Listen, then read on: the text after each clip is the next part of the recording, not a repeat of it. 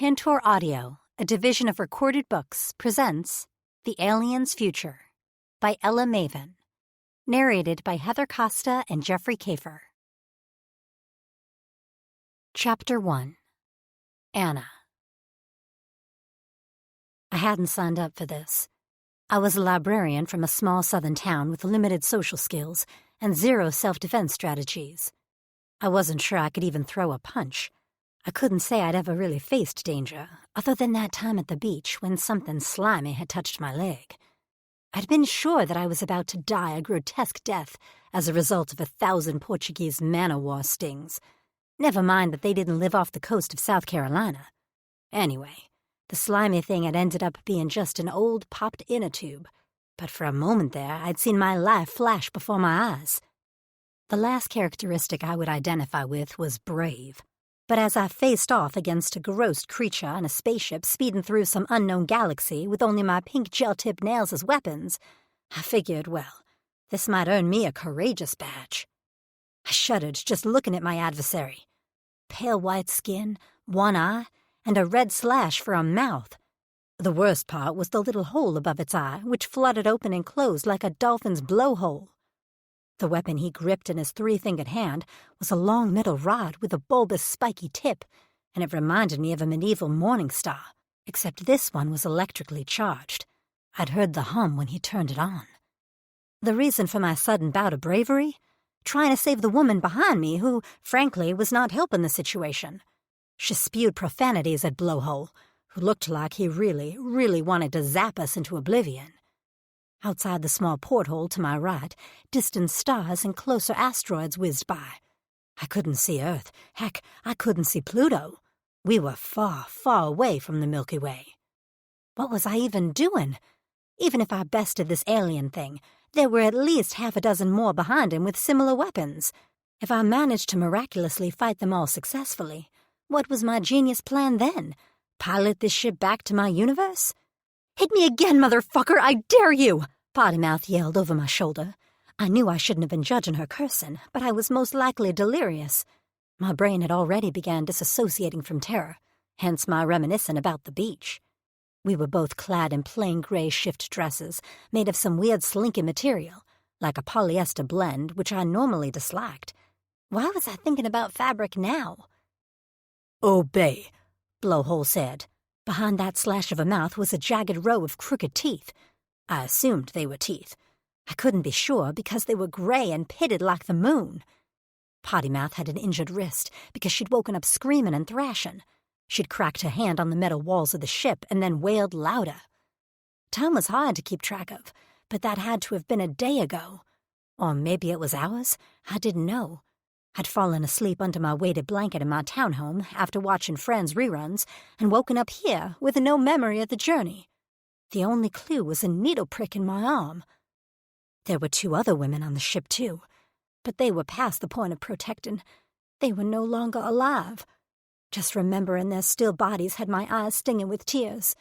I'd kept hoping they'd wake up, but as their skin dulled and their bodies stiffened, it had been apparent that whatever the aliens had given us to put us to sleep in order to snatch us from Earth and put us on this godforsaken ship was just a little too permanent for them. If kidnapping Earth women turned into a habit for Blowhole and his buddies, they might want to work on the dosage. To be honest, Pottymouth wasn't looking too good either. Her breathing was labored, and her skin was turning a gray color. She could barely stay on her feet, and her words were beginning to slur.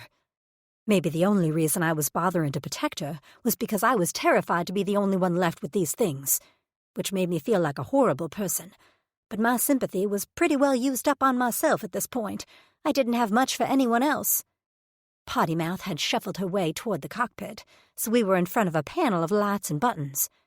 A pilot sat off to the side, but he had no weapon and his hands were clenched on a U-shaped steering apparatus. His one eye was wide, shifting between us and the screen like he was a distracted father driving with his toddler in the car. Through the large front window of the ship loomed a massive planet, atmosphere swirling with greens and blues and turquoises. I might have thought it was pretty if I were, back on Earth watching a NASA report and not seeing it up close and personal. I hadn't bought tickets for this space adventure. Blowhole jabbed his weapon at us. The ship lurched and the weapon missed my side by an inch. Pottymouth gave a weak scream and collapsed. Her eyes fluttered shut, her chest heaved, and a distinct rattle burbled from her throat. Shoot, shoot, shoot! If I wasn't mistaken, she was a goner like our other two companions. I turned to face Blowhole, and his eye narrowed on me. I was alone with these things, and I risked a glance out the front window. We were speeding toward the surface of that strange planet. Despair swamped me, just as Blowhole came at me again, his pudgy arm held high, weapon aimed to smash into the side of my head. I crouched into a ball, arms cradling my head. Crash! Hiss! Alarms blared, lights flashed. I peeked through my fingers to see said electrically charged weapon smashed into the ship's console, where the controls were. Blowhole and his friends were emitting high-pitched shrieks of panic as the ship rocked, then rolled. Then the entire spacecraft pitched forward, hurtling toward the surface of the looming planet at a rate that seemed lethal.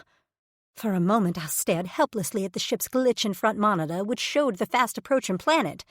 This was it, wasn't it? No way in hell was I surviving this. But then my spine straightened. No, I didn't want to die. I wanted the chance to get back to Earth. I wanted to taste strawberries again, be with a man, laugh with friends. I wanted to live. And I was going to do it, or at least give it my best college try. None of the Blowhole aliens were paying attention to me, too focused on squeaking and wailing and pressing ineffectual buttons on the busted console. I leaned down and pressed 2 fingers to Pottymouth's neck. I couldn't feel a pulse. I placed my hand on her head, said a few words in mourning, and scrambled backward. The ship wasn't large, a black room where us humans had been kept, a center area, and then the cockpit. I fell on my knees twice as the ship undulated like a roller coaster. I hurled myself into the back room and glanced around frantically for any way I could secure myself to possibly survive this crazy crash. I didn't have much hope, but maybe there was a chance we'd plop in an ocean, all calm-like, if the planet even had oceans. A deafening bang sounded off to my left, and the entire ship rocked, taking my feet out from under me and sending me sliding headfirst into the side of the ship. My head hit metal with a crack, and pain exploded in my skull. My vision dimmed, and I fought for consciousness. If I went under now, then this was all over. My arms flopped like wet noodles, and my legs wobbled like jelly. What had caused that bang? Maybe the engine had blown. Did this thing have an engine? Whatever. I was pretty sure it had been an explosion, which did not spell good things for my future. I managed to get onto my hands and knees and lifted my throbbing head. Focus, Anna. In front of me was some sort of metal chest. I remembered now that the Blowhole things had unlocked it to provide us with our shift dresses. It was huge, about the size of a love seat, with strong metal clasps that locked the lid in place. I crawled toward it, sliding along the way as the ship continued to lurch. I unhitched the clasps, lifted the lid, and hauled my body up and over the edge. After landing on piles of soft material, I let the weight of the lid drop, plunging me in darkness. The locks clicked into place, and I began to twist, surrounding myself with the fabric, hoping it provided some sort of barrier for when this whole ship hit something solid. I huddled in my cocoon of fabric, my eyes squeezed shut, and dreamed of strawberries. That was the last thing I remembered, before my entire body jolted, pain streaked through my limbs like wildfire, and my brain blanked out. When I next opened my eyes, I thought I'd gone blind. I saw nothing but inky black. My head throbbed viciously, every muscle ached, and I was pretty sure I'd broken a few fingers. Maybe a hip. Did I still have a spine? I blinked and tugged at the thick wrapping around me. A light pierced through the material, and I froze. Was this it? Had I died? Was I seeing the light? I inhaled and smelled fresh air. Vegetation. The lid of the chest had cracked open, which was a good thing, because I hadn't contemplated how I was going to undo the latches from the inside. I banged on the lid with my fist, pain reverberated down my arm with every hit. More fresh air, and I sucked it in greedily, happy to be rid of the stink of the metal and grime from the spaceship. One more blow, and the lid flung open to reveal a sky. An actual freaking blue sky with wispy light green clouds. I clawed at the fabric, ripping myself out of the cocoon, and scrambled out of the chest. I hit the ground. Ground! With a thump. I stared down at the soil, which looked a bit like chunky matcha powder, and sifted the dark green dirt through my fingers. Tall grass, probably about hip height on me, grew in thick clumps, the blue-green blades swaying in the slight breeze. I lifted my head and muffled a squeak. Ahead of me, on the horizon above a line of blue-leafed trees, was another massive planet, so close I could see glimpses of continents and water. I stared in wonder. 2 planets side by side? What was this place? To the right of me, a massive orange sun beamed its rays, warming my skin through the thin fabric of my dress. The smell of this planet was different than Earth. It had a fresh soil scent, but there was an underlying sweetness to it, like nothing I'd ever smelled before. The scent of hot metal and smoke wafted under my nostrils on a small gust of wind, and I glanced behind me to see the remains of the spaceship. The front end was buried in the dirt, so only the back half of the ship was visible above ground. The metal was blackened, and some of the panels covering the hull had curled and melted from the heat, revealing a massive hole. I swallowed. How the hell had I survived that crash? No way was anything alive in there. A blowhole hand lay a foot from the ship, severed at the wrist. I shuddered, a chill creeping down my spine. The bravery I'd felt on the ship fled as I took stock of my situation. I was on a strange planet, alone, no food, no idea what awaited me in the dense thicket of trees ahead. I had visions of giant spiders and saber-toothed tigers, beasties eager to eat me. I hung my head. I'd read too many fantasy and sci-fi books. My imagination knew no bounds in envisioning all the ways I could die a gruesome death. I saw no signs of intelligent life, no shelter, no E.T. eager to help me.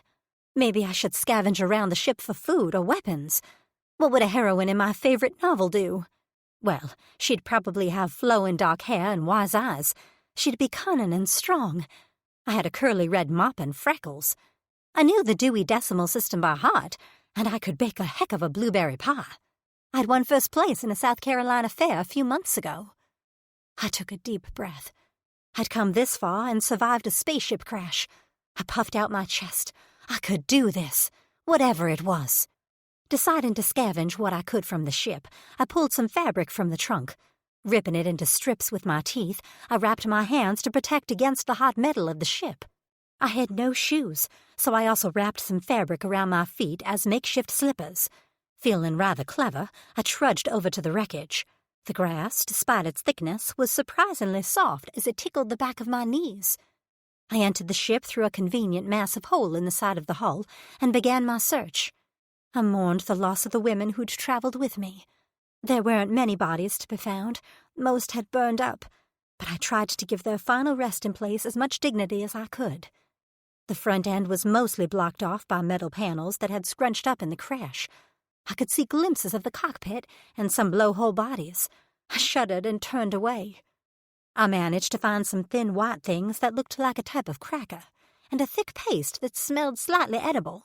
I hoped it was some sort of protein, because crackers weren't going to cut it. I might still have been alive, but hunting my own food was a whole challenge I had no idea how to tackle. Honestly, I'd been considering going vegan until I'd crash-landed on a strange planet. I was deep into the ship, rummaging through a knapsack, when a low humming sounded. I whipped my head to stare at the cockpit, wondering if I'd somehow flipped a switch. But there were no signs of life. No lights, no engine. Where the heck was that humming coming from? It grew louder quickly, vibrating through the air and walls around me. A metal panel shrieked somewhere, probably knocked off a hinge by the aggressive sound waves. Icy fear slid down my spine to settle in my belly, where it churned like acid.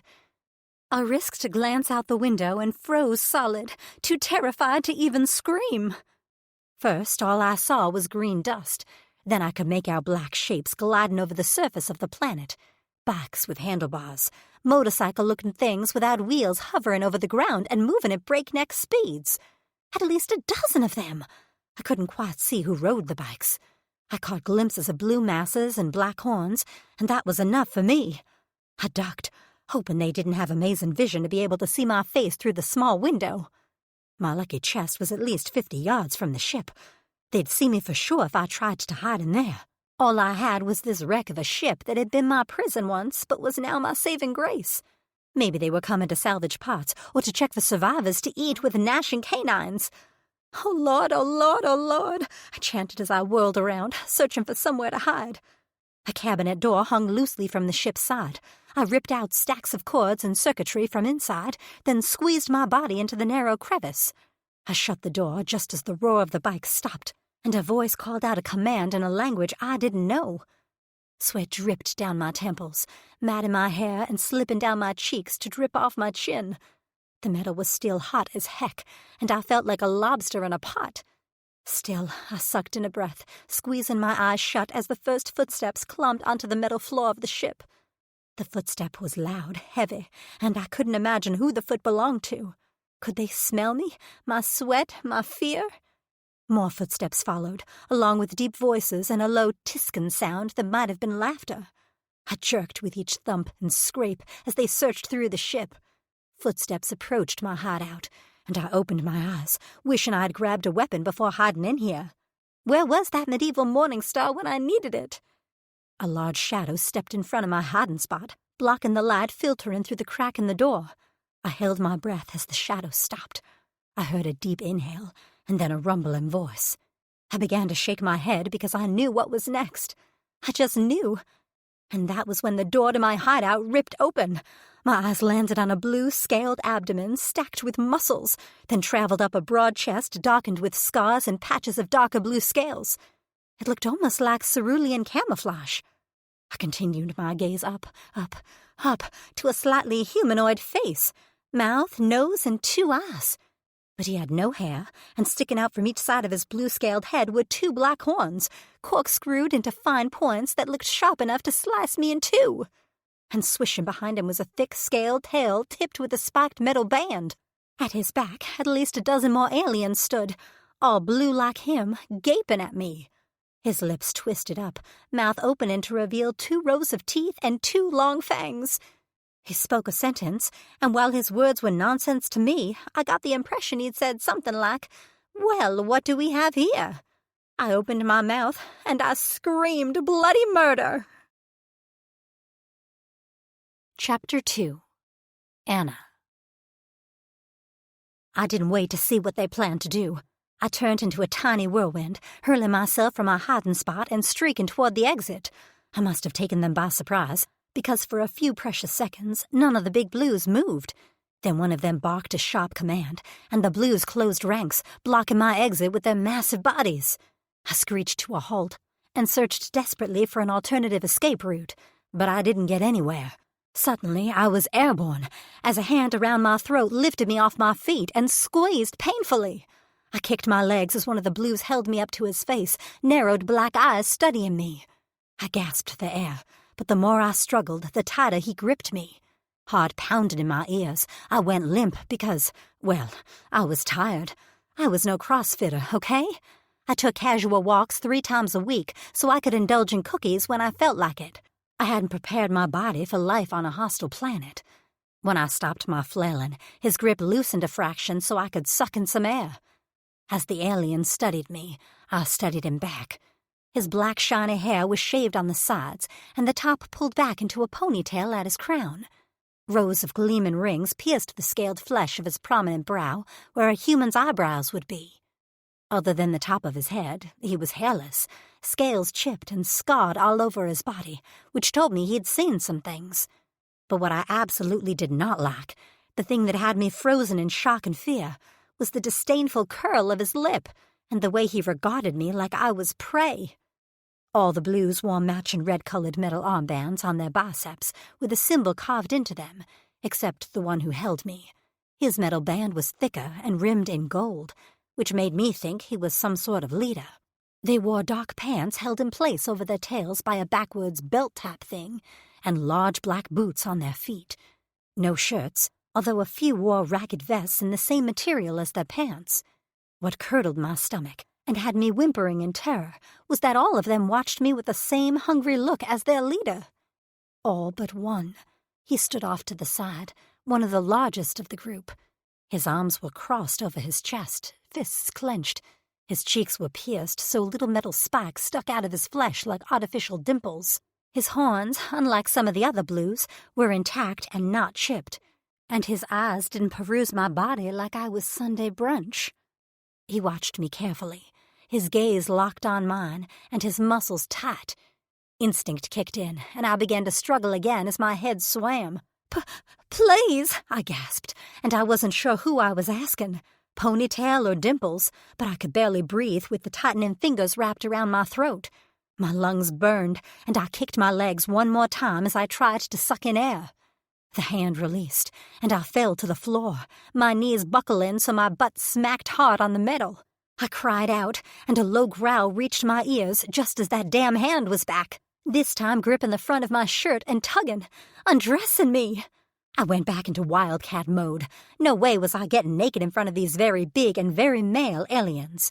The hand succeeded in ripping my dress down to the middle of my breasts. I whimpered as his middle claw scraped my skin like a hot poker. Red blood bloomed in a vertical line. I flinched away, dislodging his hand, and tried to hold the torn scraps of my dress together as I braced for a blow. It never happened. A shadow fell over me, and I went still. Standing above me was Dimples, his feet braced on either side of my body. His hands were clenched at his sides, tail flicking behind him so it made angry swishing sounds on the metal panels. I didn't move. There was nowhere to go, and something told me Dimples was different. He didn't yell or shout, but he spoke low, terse words to the leader. Eventually his fists unclenched, his palms out in supplication. Ponytail glared at me, black eyes promising some sort of retribution. But then he jerked his chin at Dimples in a sharp nod. He turned on his heel and brushed past the line of blues to exit the ship. They followed him, a few glancing backward at me and throwing Dimples scowls. I stayed huddled at Dimples' feet. I didn't know if he could be trusted, but I didn't have many options here. I could make friends. Maybe. Slowly I reached up and placed a hand on his thigh. His chin dipped, and he pierced me with a fierce, heated look before dropping to a crouch. He still towered over me, even perched on the balls of his feet. I was only a few inches over 5 feet, and this guy must have been close to 7 feet tall. His face was well-formed, deep-set eyes, full lips, and high cheekbones. His hair was a wavy mass of black, curling around his ears and horns. I couldn't believe I was considering him handsome, but he was. Blue scales, horns, tail, and all. He wore no shirt, and now I could see the symbol on his armband, which matched the rest of his group, was a black teardrop. From his belt, he unstrapped a small bottle. He popped the cap and handed it to me. I sniffed it, eyeing him. It had a faint vinegar scent. I frowned at him. Was he drugging me? I shook my head and tried to hand it back to him. His brows dipped, and he pushed my hand back toward me. I tried again to hand it to him. Finally, he snatched it from me and tilted his head back to let a few clear drops from the bottle fall on his tongue. Then he held it out to me, one nubbed brow lifted like, "See, it's fine." I salivated at the idea of a drink. I didn't know what the liquid was, but I was dying of thirst. Maybe it was their form of water. I didn't think much else could go wrong, so I took it from him. I inhaled sharply, gathered my courage, and took a gulp of the liquid.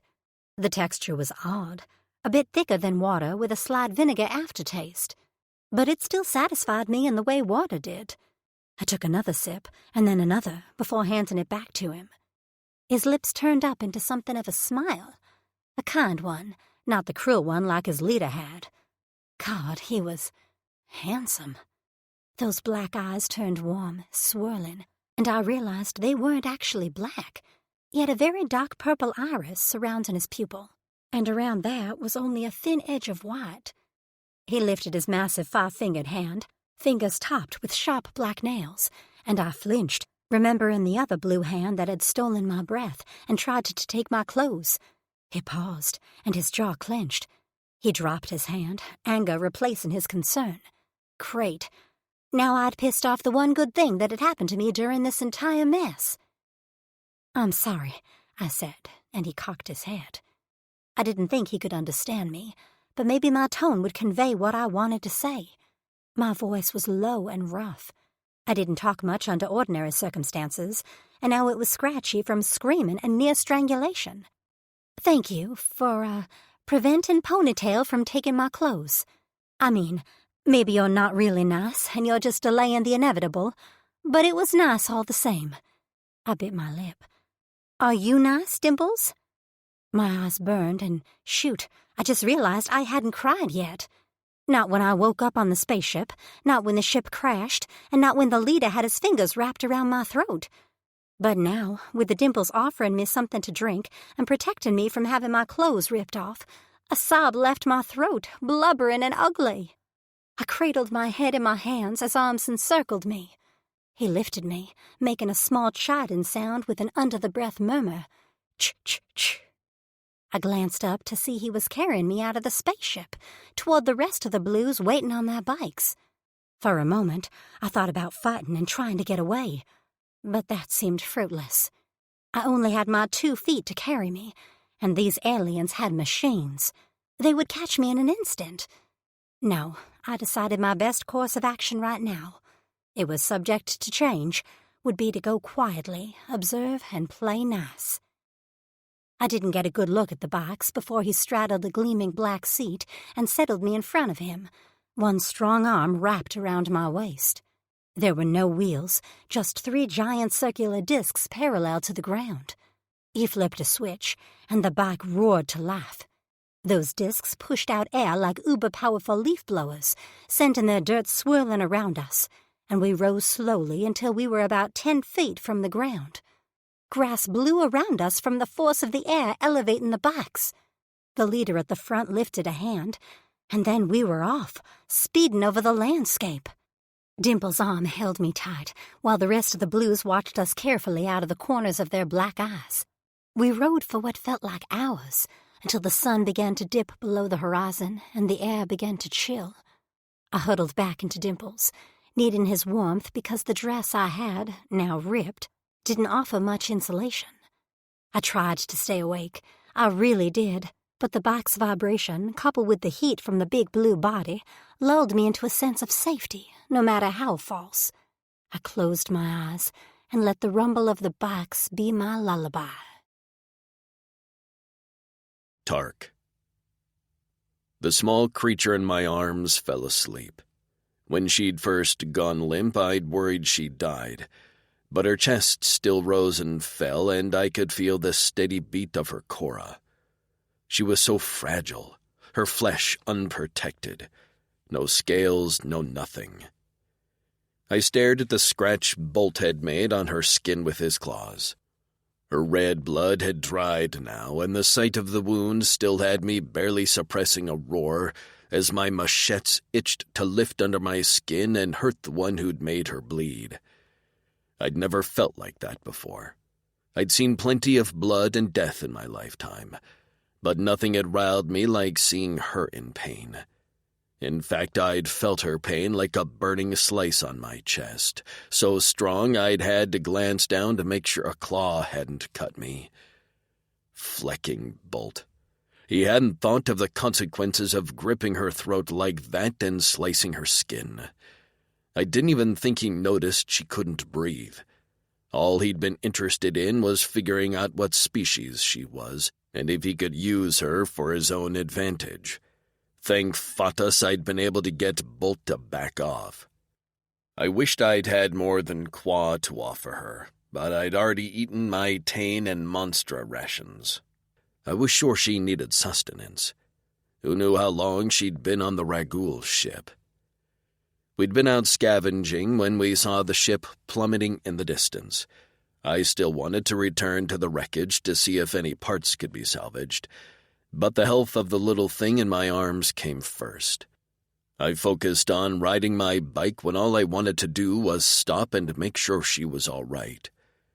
She was female. Her breasts were visible beneath the thin shift she wore. But she wasn't Drixonian. Her flesh was pale, nearly without color. She had no tail or horns, and I doubted she had machetes or she would have used them to defend herself. But she was fascinating. Vivid red hair sprouted from her head in an interesting twisty pattern. Her pale face was spotted with tiny brown dots. Something about her tugged at me, pulled at my cora, made it beat faster and harder. Fatas gave us what we needed when we needed it. For a long time I'd thought she was punishing us, but this female made me wonder if Fatas had decided to bless us again. I knew with every fiber of my soul that I had to protect this female. Bolt would try to take her, and I didn't have any hope he'd treat her kindly. He was cruel on a good day to his most trusted warriors, because he thought the only way to lead was to put down those around him. This little fragile female would be just another tool to exert his dominance. I knew one thing for sure. I couldn't let him use her. By the time we arrived back to our home, the permanent camp of the Black Blood Clavas, all that was visible from the sun's rays were a few streaks of orange on the distant horizon. I glanced over at Korn, the twin planet of Torin and our homeland. I dipped my head in reverence, as I did every night. One day I vowed to return there and help rebuild the Drixonian civilization. It seemed an impossible wish, since Drixonian females were gone, extinct.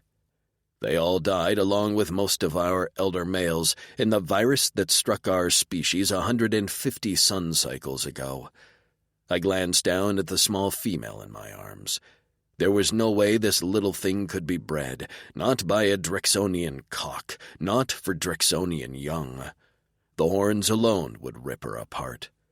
Drixonian women had special wombs and birthing canals to protect them during labor. On planet Torn, our home was on the northwestern coast of the continent Jasper. Many other Clavises made their home on the western half of the continent, and while we used to be friendly with many, Bolt had managed to make enemies. To keep our Clavis safe, we'd built up walls with thick lumber, and the only entrance was a large gate which swung outward. 2 of our younger warriors heard our bikes and opened the gates. As we passed, they stared at the bundle in my arms, and I glared back. We parked our bikes in the garage where more warriors greeted us. Everyone had a job here, and those who showed mechanical skills were in charge of the bikes. They were serviced every rotation, because it was really the only thing of value we had. Well, until we found this female amid the wreckage of a Ragul cargo ship. Bolt wasted no time. Immediately after dismounting his bike, he strode toward me with fierce determination, his second and third in command and step behind him. I stood my ground, the female in my arms still fast asleep. Or maybe she was only pretending to be. Her breathing had changed slightly, but she hadn't moved. I adjusted her in my arms and tucked her face into my chest. She fit perfectly, her body warm and the softest thing I'd ever felt, even softer than a wolf club's fur. And her smell. It heated my blood, made my head spin. As Bolt approached, I willed myself to keep my machettes lowered. I'd almost raised them in the ship, and that would have been the worst thing that could happen. Raising my machettes to Bolt, our Drexel, would be considered a challenge, one he'd relish. He'd been waiting for an excuse to take me out. Ever since Goopa's death, I hadn't bothered to hide my disdain for Bolt, and he'd noticed. Yesterday, I would have welcomed the challenge, but now I had a new mission, and that was protecting the female in my arms. I had to be smart. "She sleeps?" he asked, eyes hungrily taking her in. "If she survived that crash, she's probably injured," I said. "Do you think we should have Shep look at her and then let her rest?" I forced out the question with effort when the last thing I wanted to do was ask him permission. But I had to make him think this was his idea. Even now, most of the Clavis watched us carefully, waiting for a sign of weakness from Bolt, a sign of aggression from me. We weren't known for civility. Bolt, to his credit, wasn't stupid, and he knew what I was doing. But there was no rush. She was ours, and she wasn't going anywhere. He could wait until she healed some to do whatever it was he wanted with her. He knew the Ragul were most likely working for the Old Donny, and this human female was for them. I wouldn't put it past him to sell her to our enemies. Of course, I would never let that happen. But he didn't know that. Yet. He sniffed, puffing out his chest. "Take her to Shep. Let me know when she wakes." I nodded and strode off quickly before Bolt could change his mind. The only reason he was letting me do this was because I often helped Shep.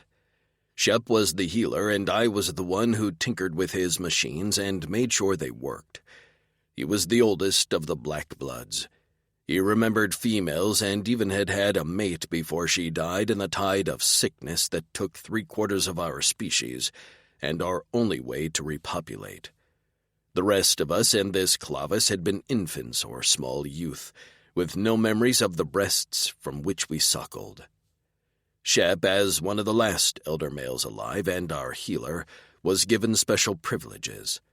Other than Bolt, he was the only one who had a private living space. We'd built him a small hut away from our barracks. I called Shep's name as I entered his front door. He had his back to me and was stirring something on his stove.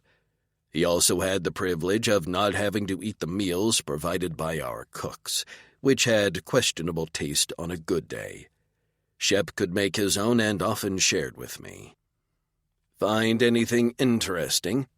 he asked without looking at me. "You could say that," I said. He sprinkled in a few spices and tested the broth in his pot. "Oh, yeah? Yeah. See for yourself." He turned around with a grin on his face.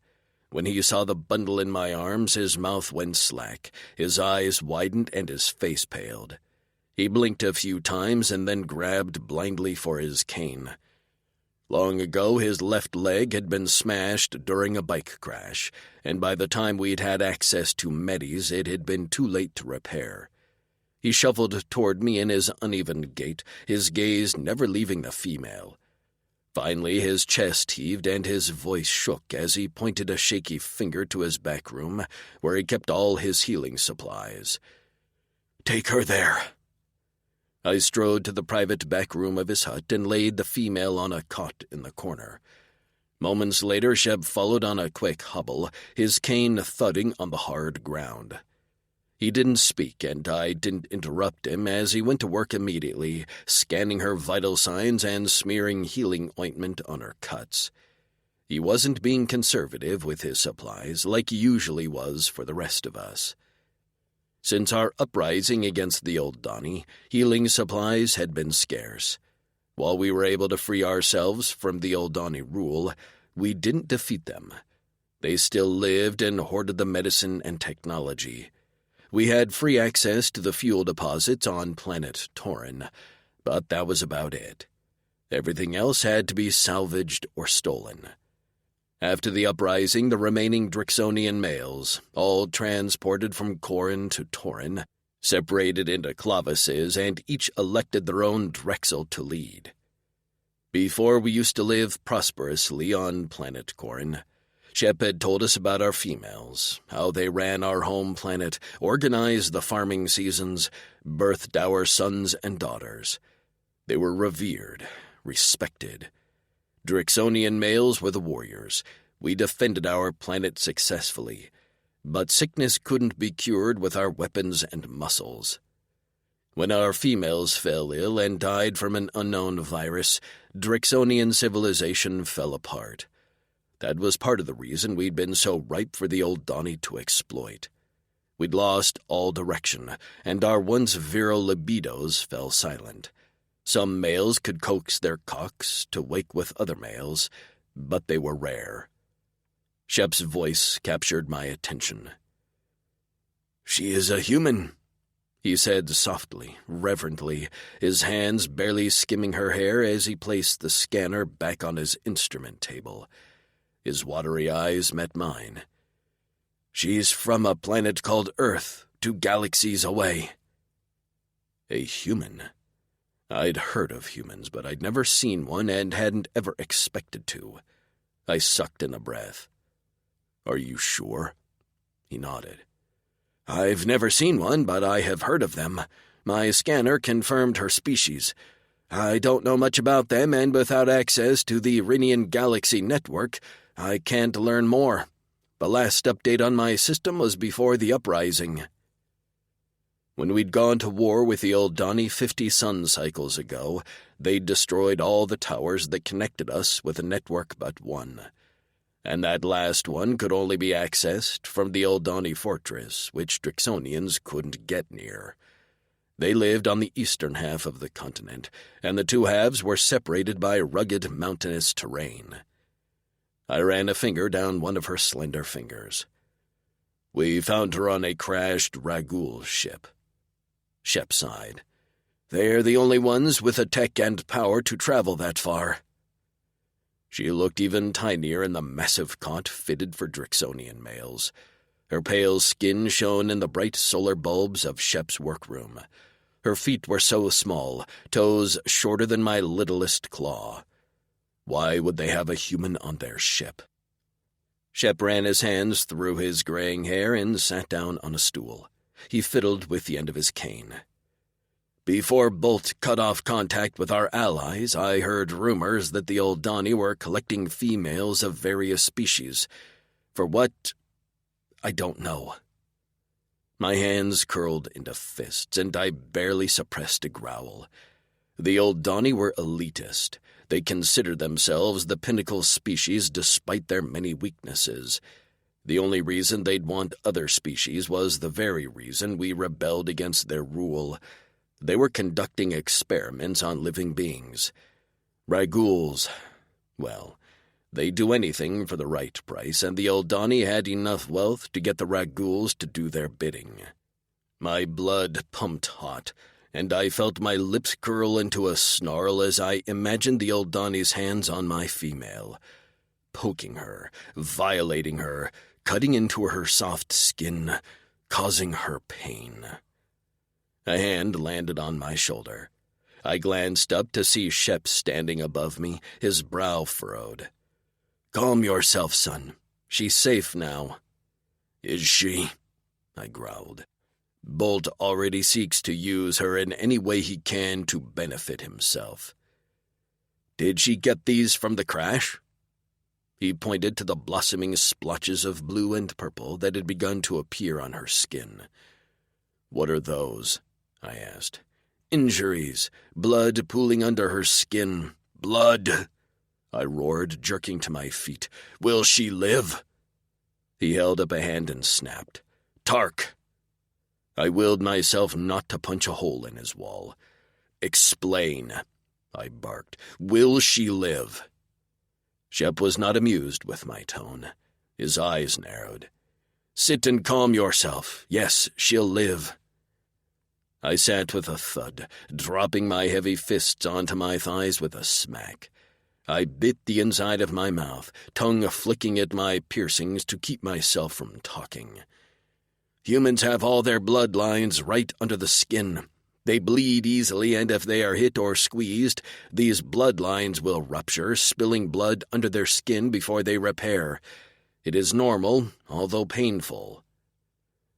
My gaze drifted down her body, taking in the multiple marks all over her skin.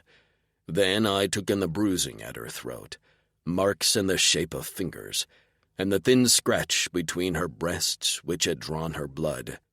I leapt to my feet as my Cora slammed against my ribs, and a rushing sound roared through my ears. Bolt had done that. He had marked her, spilled blood from her body. At the time, I'd felt an echo of her pain in my body, like fingers around my throat, the scratch of his claws down my chest. "That is from him," I told Shep, pointing at her neck. My voice was something I didn't quite recognize. "He held her off the ground by her throat. I will kill him for that." Shep sucked in a breath, but I kept going. "I will kill anyone who spills her blood, no matter the cost." Chapter 3. Tark. Shep used some of our precious medis to fix the little human's broken wrist, fade her bruises, and closed the scratch on her chest so it was no longer visible. He explained how fragile the bones of her species are, and I wondered what life was like on her home planet that she could live this unprotected with her soft skin and thin bones. Shep said she had reached maturity and was old enough to birth children, but yet she was so small. I sat by her bedside, holding her hand. Shep had dimmed the lights, and he now sat across the room, his eyes heavy, sipping some of our spirits. "When I said she was safe," he said into the stillness of the room, "I meant for now, here in my hut. But out there—" He gestured with a loose hand as the spirits were beginning to get to him. "Not so much." He leaned forward. "You know what I've always said? She is all."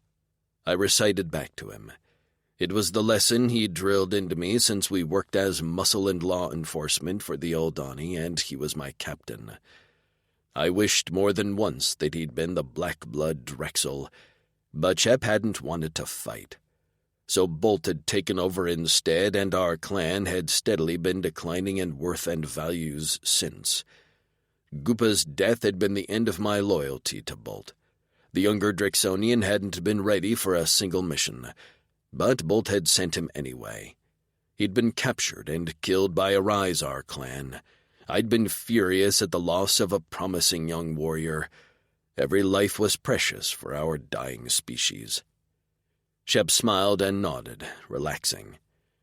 "Correct, Tark. She is all. Females are the priority. As long as she's alive on this planet, she will be wanted by those who wish to use her. She's managed to survive this long, which is no easy feat. But this planet is a whole other set of challenges. She needs a protector. That will be me." I watched her face and noticed her eyeballs moving beneath her eyelids. Her chest hitched before evening out again in deep breaths. "You must stay away," he said quietly. I glanced up at the male I respected the most. Both of my parents had died of the sickness early before we knew how devastating it was going to be. Shep had been like a second father to me. I knew what Shep meant and the sacrifice I'd have to make. I swallowed. "I will miss you." He grinned big and wide, showing a row of strong, sharp teeth. Despite his age and injury, Shep was still healthy and built, his broad chest swollen with muscle. "I will miss you too, son. Will you come with us?" He shook his head. "My place is here. I sense a change coming, and I think I'll need to be here to help clean up the mess. I might not admire Bolt, but there are plenty of males here who show promise to be good and productive." A wistful look passed through his eyes. "Like you." I clenched my jaw as regret soured my stomach. I should have challenged Bolt a long time ago. "No, I think it's all shaking out as Fatus intended, and if I can play a part in getting this female to safety, then that's good enough for this old man." "You're only 300 cycles old," I said with a laugh. Drixonians lived about 500 sun cycles. "Well, I'm twice your age." He rose to his feet, leaning more heavily on his cane than usual. "I'm going to get some sleep before the sun comes up in a few hours. I suggest you do the same." It would be hard to sleep. My body felt on constant alert around the female. Shep pressed something into my hand. I glanced down at the small disc. It was an old translator implant. I hadn't seen one for 100 years, not since we worked as defense for the Oldani. "This needs a new QR chip, but this is the last implant I have. I'm sure you can replicate it if you find the parts. A good place to start would be the Ragul spaceship." He squeezed my fingers before stepping away. "Take a day, gain her trust, and make a plan. Then leave here, scavenge the spaceship, and disappear." I closed my hand around the translator and then slipped it into the secure pouch in my pants. I rose and clasped my hand around the back of his neck. She is all. Although I pretended not to notice, Shep's lips quivered slightly when he clasped my neck and touched my forehead to his with a quietly whispered, "She is all." He left the room to retire to his cot, and I leaned on the side of the bed where the female rested. I'd remain here until she woke up, and then I had to find a way to make her understand she was safe. I patted the translator in my pocket. The sooner we could communicate, the better. I crossed my arms on the bed, rested my chin on my hands, and waited. Anna. I woke slowly, struggling with consciousness, like I was swimming my way to the surface of a deep pool. I blinked, my eyes finding a wooden beam ceiling and light streaking in through a round hole in the far wall. The primitive structure stood in direct contrast to the machines in the room around me. Monitors and devices, tablets, small cylinders that looked like external thermometers from back home. I was laying on a massive bed, the material beneath me soft. How would they power in all these things? I didn't see wires or electrical outlets. Batteries? Solar power? I took stock of my body.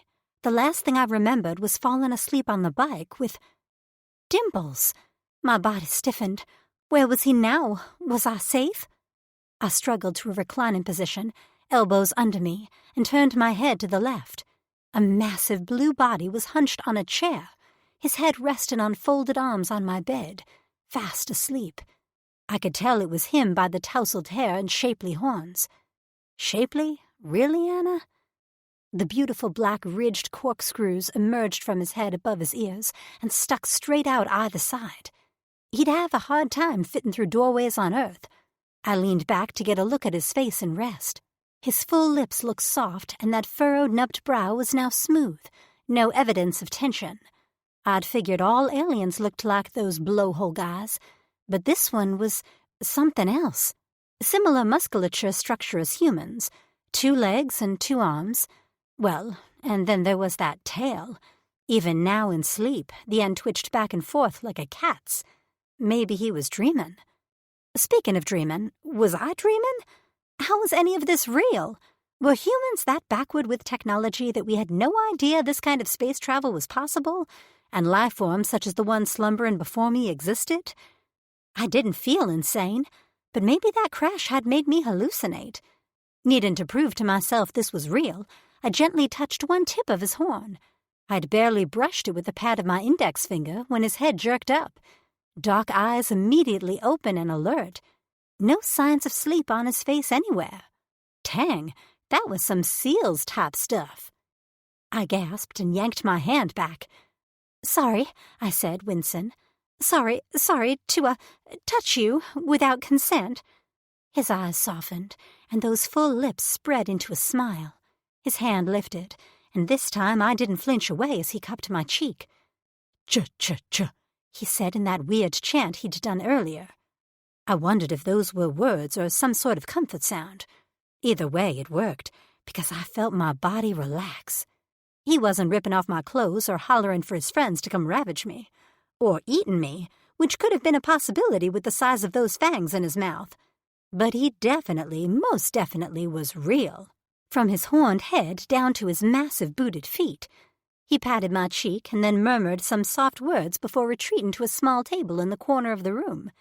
He seemed to be preparing something on a slab of wood. He glanced over his shoulder at me continuously, and in minutes he was back. On the slab of wood was, well, I assumed it was food. Seeming to remember the drink incident from yesterday, he picked up a hunk of what looked like a pink fruit and opened his mouth to sample it first. I was supposed to be paying attention to him eating, making sure whatever he ate wasn't poisoned, but I got distracted by his tongue. In my defense, anyone would. His tongue was long and black and pierced with 3 separate little balls right down the middle. He placed the fruit there, and I actually found myself thinking, lucky fruit, like a crazy person. He chewed and swallowed. The tip of his tongue came out to lap up a bit of juice from his chin. From his chin. Heck, I figured his tongue could reach his own throat. Then, as if he hadn't just blown my mind, he held the plate of food out to me and gestured for me to eat. I stared at him. What was going on with me? I'd had one boyfriend in my life. One. We'd had relations one time, and it had hurt and been overall terrible. And then he'd dumped me. Tale as old as time, right? Frankly, I'd wondered if I felt attraction, because most men didn't do it for me. I'd thought maybe I was attracted to women instead, but that had also been a no-go. I focused on my library and my children's program curriculum, and life had been fine, if not a little boring. Now I was on a strange planet, and all I could think about was hiking up my metaphorical skirt for Dimples. And it wasn't just that he was hot and ripped with muscles and the owner of a long, agile tongue. He was kind. He'd prevented that ponytail jerk from ripping my dress off. He'd given me a drink from his own stash. He'd cradled me in his arms on that bike. And now he was feeding me while remembering my distrust from yesterday. Looking around the room, I also suspected he'd had a hand in healing me, because my arms and legs were mysteriously absent of bruises. My hurt wrist barely even ached. The scratch on my chest? Gone. I had questions, so many questions, but my stomach rumbled, and I decided to take a moment with Dimples. I could pretend we were on a date, and the food he'd prepared was surf and turf. Who knew what the next hour would hold? I'd deal with what to do next after I filled my belly. I sat up, crossing my legs in front of me. Dimples was on the chair, hunched over, so we were mostly eye level with each other. I picked up a pink hunk of whatever it was and plopped it in my mouth. I chewed, expecting a consistency like watermelon, and instead got a feeling more like Jell-O. It had a sweet, pleasant taste, and I went back for more. There was also a purplish bread roll-looking thing that was good, kind of like a yeasty sweet potato. After that, he handed me a cup of liquid. "Qua," he said, with a jerk of his chin. It was the same drink he'd offered yesterday. I'd wondered if it was their form of water. Either way, my stomach hadn't rebelled against it, and most of all, it was cool and refreshing. I finished the cup and continued to pick among the food and munch on what looked appetizing. Dimples watched me patiently. He didn't eat any more, seemingly content to feed me. I tried to hold out food to him, because he must have needed a whole lot of sustenance for that big body. But he would squeeze his lips shut or lean back with a firm "nit," which I took to mean no. I wanted to call him something other than Dimples. I'd hoped we'd find a way to communicate soon, but name seemed like a good place to start. I placed my hand over my chest and said, "I'm Anna." For such a rugged-looking male, his face was very expressive. That ridged brow looked like bone, but moved like muscles. He cocked his head and reached his hand out, laying it softly over mine. The heat of his skin seared me. Anna," he said. Shoot, that didn't work. I shook my head and tried again. "Anna." He blinked. He mouthed something like he was trying out the sounds before he said, "Anna." I smiled and nodded, then gripped his hand in both of mine. The scales on his skin were smooth, like a snake's, but also a bit soft, like they had a sheen of velvet on top. Weird. I then pressed his hand to his chest. "You?" I asked. "Anna," he said. "Yeah, that's me. Who are you?" I tapped his chest over where I thought his heart would be. His nostrils flared, and for a moment I wondered if he didn't like that I'd touched him. But then he leaned in and said in a firm tone, "Tark." Holy sugar, did we actually communicate? "Talk," I repeated. If that was his name, it suited him. Strong. His breathing sped up, and he leaned into my touch, his eyes closing briefly before they opened. He'd flared in the swirling purple of his irises. "Tark," he said again, pointing to himself. Then he pointed to me. "Anna." I nearly burst into tears. Instead, I reached out and ran my fingers over that nubbed brow. His face was so human-like, and that was probably why I felt so safe with him. There weren't scales there. In fact, his face was rather smooth, the lighter blue skin stretched tight over high cheekbones. He let me touch him, even as I sifted my hands through his soft hair and scratched a fingernail on his rigid horns. He seemed to like that the most. his lips parting and his head turning like a puppy wanting scratches. I eventually took my hand away, unsure how far to take it. Maybe he had a wife or mate or little blue toddlers running around this place. I didn't know, and the last thing I wanted was some giant blue female to whack me. I ate some more, and when the food was finished, my fingers were sticky with juice. I stuck my thumb in my mouth to lick it off, but when I lifted my gaze to talk, I froze. He stared at me with hunger, and not creepy hunger like Ponytail, but longing hunger, like I was a coveted jewel among a pile of rubble. His chest heaved, and his tail lashed the floor behind him. Okay, maybe there wasn't a talk mate, because he murmured a few words, which ended with Anna, before he gripped my wrist softly, snaked out his tongue, and licked my fingers clean. I didn't move. I didn't make a sound. My heart pounded in my chest like a runaway train as he drew each finger in his mouth, that tongue swirling around my digits and dipping into the web in between them. His eyes were closed as he did so, and he made a rattling noise in his chest, almost like a purring. Color rose to his cheeks, darkening the skin there. I couldn't tear my eyes away from that tongue and the sight of my fingers disappearing in his mouth. His metal piercings massaged my skin. Warmth pooled in my stomach and slid lower. Fear mixed with arousal. Was he licking me before he took a bite? Was this like a mama cat cleaning a kitten? Or was this erotic? I didn't know, but for some reason, I didn't pull away or yell. My heart raced as sweat dripped down my spine. He pulled off my last finger with a pop. His mouth hung open, white fangs glistening, nostrils flaring in and out.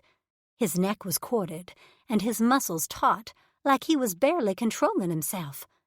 A streak of concern flashed through me. He was so very, very male. If he wanted, he could take me. I wouldn't be able to fight him. But he didn't shove me on my back and push his way inside. No, he murmured my name, low and reverent, before he leaned in and began to clean my face with his tongue. Never in my life would I have thought a tongue on my chin and the corners of my mouth would be erotic, but then I never thought aliens existed either. Talk, with his talented tongue and sweet breath, was driving me to madness as he licked across my closed lips, the metal balls teasing the seam.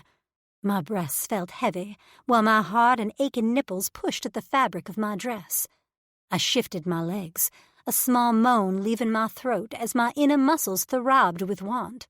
Talk heard my needy noise because he froze. His eyes met mine inches away. My lips parted, and the rumbling in his chest deepened to a rough growl before he pressed his lips to mine. His tongue swept inside, and I lost track of everything. Who I was, where I was, I gave back as much as I could, running my tongue over those metal balls, drawing a groan from him. Heat streaked through me like wildfire in my veins. I clutched his shoulders, pulling him closer, and he stretched over me until I was on my back.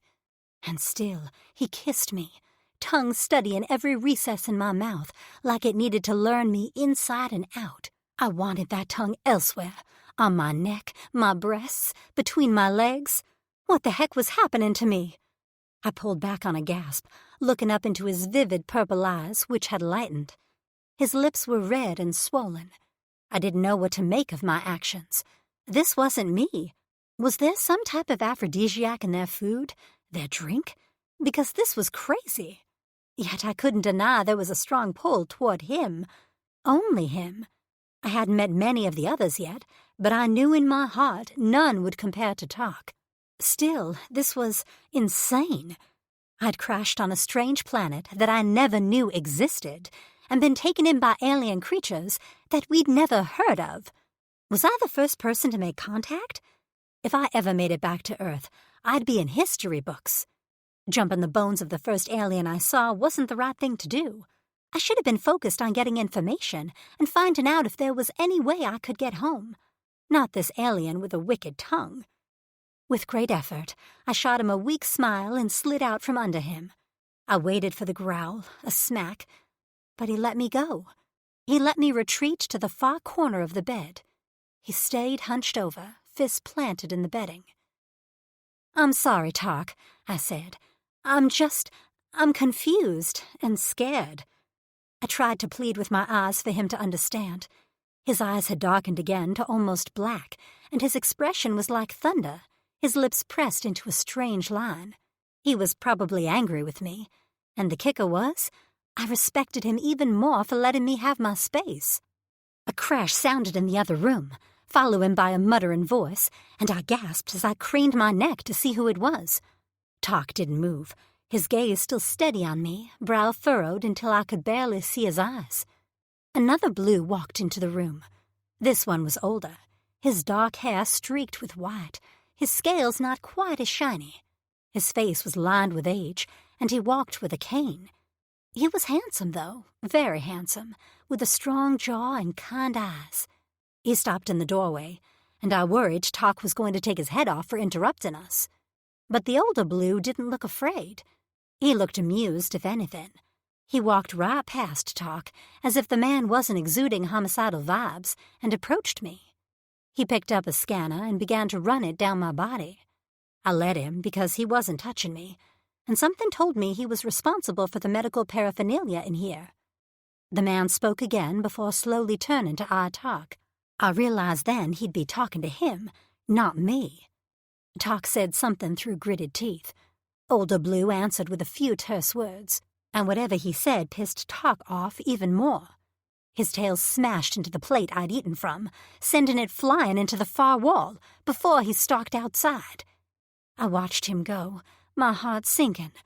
I didn't want to feel guilty for stopping our kiss, but I also wished I could tell him why I stopped. I looked at Older Blue hopelessly, and even though he couldn't understand me, I still asked, "Will Tark be okay?" Older Blue just smiled, placed his hand lightly on my shoulder, and nodded. I let that soothe me, because I didn't have much of a choice. Time was a hard concept for me, but it seemed like Older Blue spent a good hour checking me out. His touch was gentle and clinical. It also did nothing for me. I had no desire to kiss Older Blue, despite the fact that he was very attractive in a silver fox kind of way. Nope, I wanted none of it. I just wanted Tark back, and as the time dragged on, I worried he wouldn't bother returning. Chapter 4. Tark. We'd built our settlement around the 5-story former living quarters of a rich Old Donny town. Most of the area had been damaged in the uprising, and all of the Old Donny had fled to the east of the continent. Most Drixonian Clavises, there were many of us, had settled into former Old Donny dwellings vacated during the uprising. The 5th floor was mostly missing and a bit of the 4th as well, a result of the Old Donny sabotaging their own structures to try to make them unlivable for us. But Drixonian males had learned a lot since our females died. We'd learned how to be resourceful. We'd managed to rebuild what we could and settle into what was left. Most of the solar panels had been salvaged and provided fuel for our cooking units and cleansers. We rationed everything, and while the Drexel was supposed to abide the rations, I knew Bolt coveted much of the solar power for himself. Flecking selfish. After we'd freed ourselves from Old Donny's service, as Drixonians separated into small clavises, pledging loyalty to Drexels who had proven themselves. Some clavises still worked to maintain the peace, which had always been our jobs, while some worked outside the law. We were friendly with some, while we avoided others at all costs. Bolt originally had led us to be one of the good ones, but greed had eventually captured his attention. He cut off most of our allies and focused on raiding. I could challenge him now, but Shep was right. And it would never be safe in a clavis, and not one with so many Bolt faithful. Even if I killed him, there would be those seeking to overtake me. Living as a lonus was best. No clavis or brothers. But I'd have Enna and she'd be safe. I'd miss my brothers and, most of all, Shep. After my parents died, he'd taken me under his wing. I'd served under his command for the Old Donny. He'd been my mentor and role model. I strode toward my room, avoiding eye contact with other males. As one of the older members of the Clavis, I was afforded my own room on the 3rd floor. Of course, I wasn't older by much. I was born right before the first wave of the virus hit, which took 10 cycles to ravage its way through our population. The younger warriors, those born toward the end of the virus's destruction, often had to bunk together. In the privacy of my own space, I let out my rage on the solid wooden pole that I used as a sparring post. My machetes lifted, razor-sharp blades that emerged from the scales in my forearms, in a strip on the top of my head, and continuing down my back to the base of my tail. I unleashed my claws, and I sliced at the wood. Chunks went flying, coating me in dust and debris, and still I attacked. I'd lost control around the female, Enna. Beautiful, soft Enna. I was still losing control. Shep's words went through my head over and over again. She is all. She is all. She is all. The elder Drixonians who'd survived the sickness worked hard to pass on our culture to the rest of us too young to remember. Number 1 rule was to respect females, which meant we were never to touch one without their wanting it. I'd broken that rule already. I'd kissed her and touched her. Even now I could feel her on my tongue. My cock, which rarely made its presence known, was a painful rod against my thigh. I'd scared her. Her terrified eyes, the way she'd scrambled away from me, haunted me.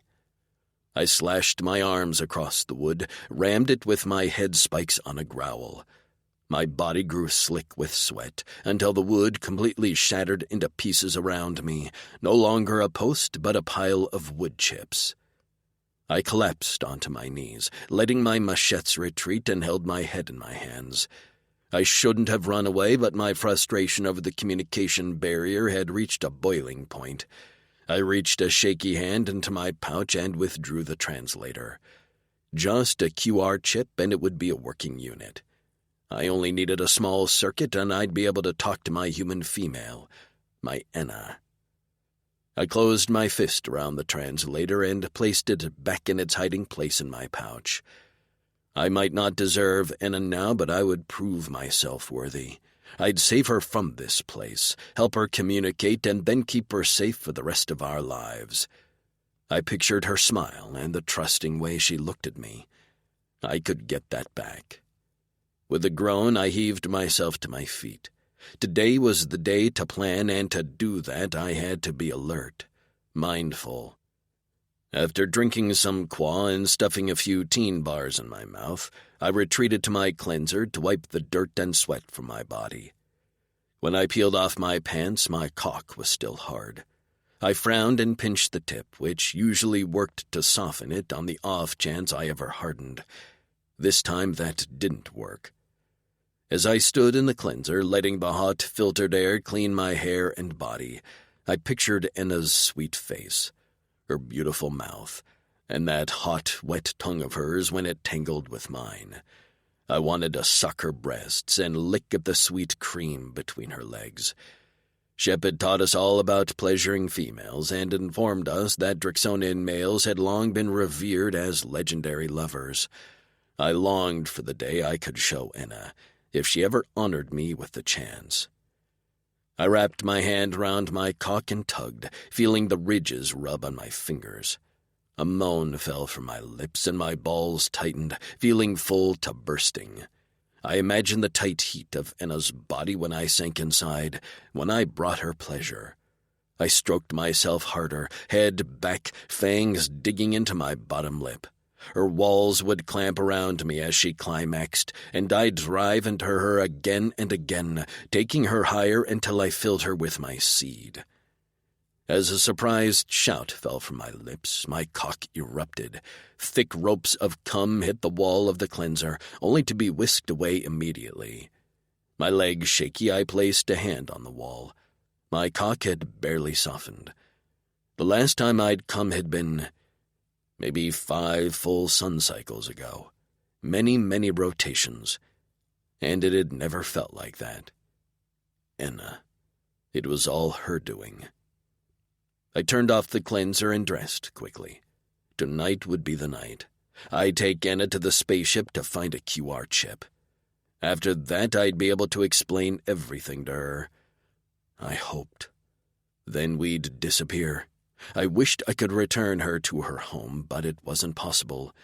Only the Ragul had the ability to travel that far, and since they were the ones to steal her, they wouldn't be offering to take her home anytime soon. We couldn't even return to our home planet as the Oldani had destroyed all our ships in the uprising. We had been defensive warriors who patrolled our own atmosphere in short-range ships, not marauders who traveled to other galaxies. I glanced around my room, searching for any valuables I had to take. My possessions were minimal. My bike was the most valuable thing I owned, and I'd had her 50 cycles, which was a third of my life. I wouldn't be able to take her when I left, as she was too loud. I hoped someone else took care of her. I gathered my essentials and stuffed them in a bag. I'd have to come back and get them, as it would only invite questions if I carried a pack around camp. For now, I had to show my face. If Bolt got an idea of what I was planning, it'd be war.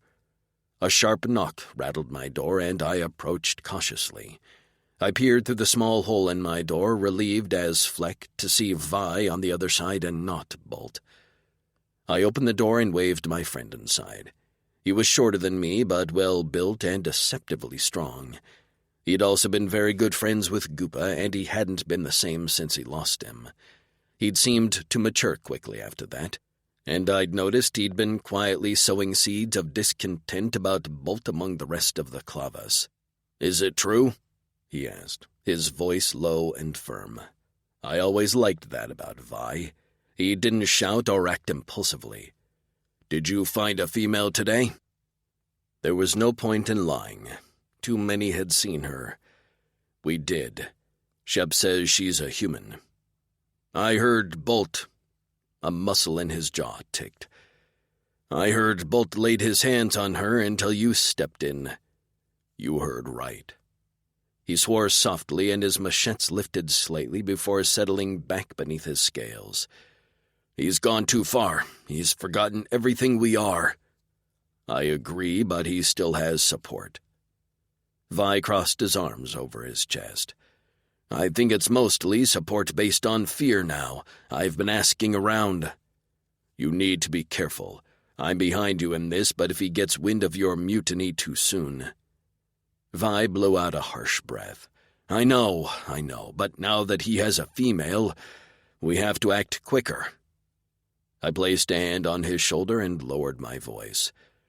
"Let me get the female to safety. Then you can return the Black Bloods to honor." Vi's chin lifted and his chest puffed out. "I will." I clasped the back of his neck, and he did the same to me. I touched our foreheads together and murmured, "She is all. She is all," he returned. I grinned, and he grinned back. Vi left my room, and I watched him go, feeling less guilt over leaving. It felt good to speak our mantra again, as we'd gone so long without saying it. How could we put our females first if we didn't have any? Gathering what I needed, I left my room and jogged down the stairs of the barracks until I reached the main hall. I didn't make it far before I saw Bolt striding toward me, followed by his second and third in command, who I called 2 and 3 because their identities had all but vanished in Bolt's shadow. "Female make it through the night?" Bolt asked, drawing to a stop in front of me. He spoke of her as if she was a wounded animal. "She lives," I said. He nodded, his gaze drifting toward the direction of Shep's hut. "I have to ride out today. Scouts have reported some activity from the sharp-blade Clavis in our territory. I'll be back tomorrow morning, and then I want to see her." We used to be friendly with the Blades until Bolt became convinced they had been pilfering our fuel. He had no evidence of this. I didn't want to ask, but I had to. "Do you have plans for her?" He cocked his head, his upper lip curling. "Why? Interested in keeping her for yourself? Playing hero?" I clenched my teeth. "You forget where we came from." "Of course I do, Tark," He held his arms out to the sides. "Do you see any Drix females about, I didn't respond as he stepped closer. "No, you don't, because they're all dead and they were the only ones who could continue our species. You and Shep can fleck off with your she is all bullshit. There are no more she's. There is a female alien species who we can use or sell to benefit all of us. I'm sure the old Donnie will hand over some medis in exchange for her. You think she's going to push out your spawn?" He laughed. "Zero chance. There is no more future for the Drix. There is only now, and I intend to make the Blackbone Clavis rich and prosperous with the time we have." His nostrils flared. "Get in my way, Tark, and I'll take you out." He grinned cruelly. "But not before stuffing that little female with my cock while you watch." He gestured to 2 and 3. "Watch him and the female. Guard the gates. No one in or out until I get back." With a thump of his tail, he turned and walked away. I watched him go with clenched teeth, my machetes itching to lift. But I couldn't. I had honor, and slashing a male in the back was cowardly. I glanced at 2 and 3, who watched me warily. Fear hid behind the false bravado in their eyes. I'd use that to my advantage because my plan had not changed. Tonight we would escape. Anna. After Talk left, I fretted for a while. Older Blue, who I learned was named Shep, after an awkward and long conversation, remained patient with me. He showed me how to bathe, which blew my mind. Essentially, I stood in a cylinder, like a stand-up tanning booth, as hot air blasted me, and it worked. After I emerged and pulled the old gross dress over my head, I discovered that Shep was gone. I took another nap, because why not? And when I awoke, I was still alone. I wandered around the back room for a while, which reminded me of a doctor's office exam room. I didn't dare touch any gadgets, for fear I'd blow up either myself or the hut. Then I sat on the bedding, pulled my knees to my chest, and forced myself to work through my feelings. I'd been so focused on surviving, and I finally had time to process, or at least process what I was capable of. I still wasn't sure I had quite fully wrapped my brain around where I was, or how I got here, or what the hell I was going to do. It amazed me how quickly I'd come to rely on Talk and process my new surroundings. Growing up, I'd never really had a home base. I was an only child, and we moved often for my father's job, mainly in the South. Then my parents divorced when I was a preteen, and my new normal was an overworked mom and an absent dad. I'd been relatively close with my mom, but she died of a heart attack when I was in college. After that, I moved several more times as better-paying library jobs opened up. I'd been in South Carolina for about a year and a half before I'd woken up on a spaceship. I had a few friends who would miss me, but probably not anyone who would actively push to find me. I hadn't talked to my dad in 3 years. I'd learned to adapt quickly to new circumstances, but those circumstances still had boundaries and certain parameters since they were all on, Earth. I'd always been a curious person. As a kid, I loved fantasy books and used to analyze the black and white maps in the front of the books. Tracing my fingers over the little triangle mountains and the squiggly line oceans, I'd close my eyes and picture another world. Of course, that'd been from the safety of my bedroom, where the only stars were the glow-in-the-dark ones on my ceiling. Yet now that another world was my reality, I wasn't losing my mind, only mildly freaking out inside. I could only surmise that the source of my semi-calm was Talk. Something about him made me feel safe, and I wanted to explore that. Maybe that made me a little loony, but if focusing on Talk helped me cope with my current situation, then I was going to go with it. Anything was preferable to losing my mind. Deciding to explore a bit more, I left the bed and crept to the front room of the hut. The walls reminded me of a log cabin, thick, rounded trunks held together by a blackened substance. A table stood off to one side with a few chairs, and in the other corner was a smaller set of bedding. This looked to be more like Shep's living quarters. A pair of boots stood in one corner, and some pants hung over the back of a chair. I wondered what Talk's home looked like. I wrapped my fingers around the door's handle and pulled. The door gave way, a bit of light spilling inside. I gasped and quickly shoved it shut. I had assumed they'd locked me inside. I could open this and just walk out, maybe escape. But the thought of striking out on my own on an unknown planet sounded like a terrible idea. Even though I had no idea what awaited me in my future, talk seemed like my best bet. Not that I was ever good at betting. I sighed and slipped over to a window. Earlier I'd heard noises outside, so I didn't think we were in a secluded area. I peered out, hiding in the shadows as best as I could. I wasn't risking the chance of walking out there alone and getting snatched up by Ponytail or worse. Was there worse? Probably. From what I could see, we were in some sort of encampment or settlement, except it looked like it had been through a war. At the end of a cracked road stood a large apartment building. The top floor was shorn off, and half of the floor below it. Through a hole in the bottom floor, I could see more blue aliens milling about. A lot more. Many walked along the road or stood outside a large garage structure, where they knelt next to dozens of hoverbikes. The blues were strapped with weapons and had multiple piercings on their faces. I thought about Talk's tongue and wondered where else these aliens had hidden piercings. I shook myself. It's not the time to daydream, Anna. I craned my neck to look outside as far as I dared. In front of another building, racks of what looked to be animal skins dried in the sun, while more aliens knelt over buckets of liquid, dunking clothing and scrubbing them clean. In a larger courtyard area to my left was a large fire, and many aliens stood around, stirring things in pots and eating. Their technology interested me. Many had a gun-like device strapped to their belt. Their medicines were superior to ours, and that shower thing was definitely like nothing I'd ever seen before. I still couldn't figure out how that air had cleaned me, but it had. My hair shone and my skin nearly glowed, but their camp seemed on the primitive side, hand-washing clothes and cooking over an open fire. How did they get their tech? If they stole it, I was curious who they stole it from. One thing I didn't see: females. Unless this species had no distinguishing features between males and females, which I kind of doubted. No females with breasts, no couples who looked to be together. Nothing.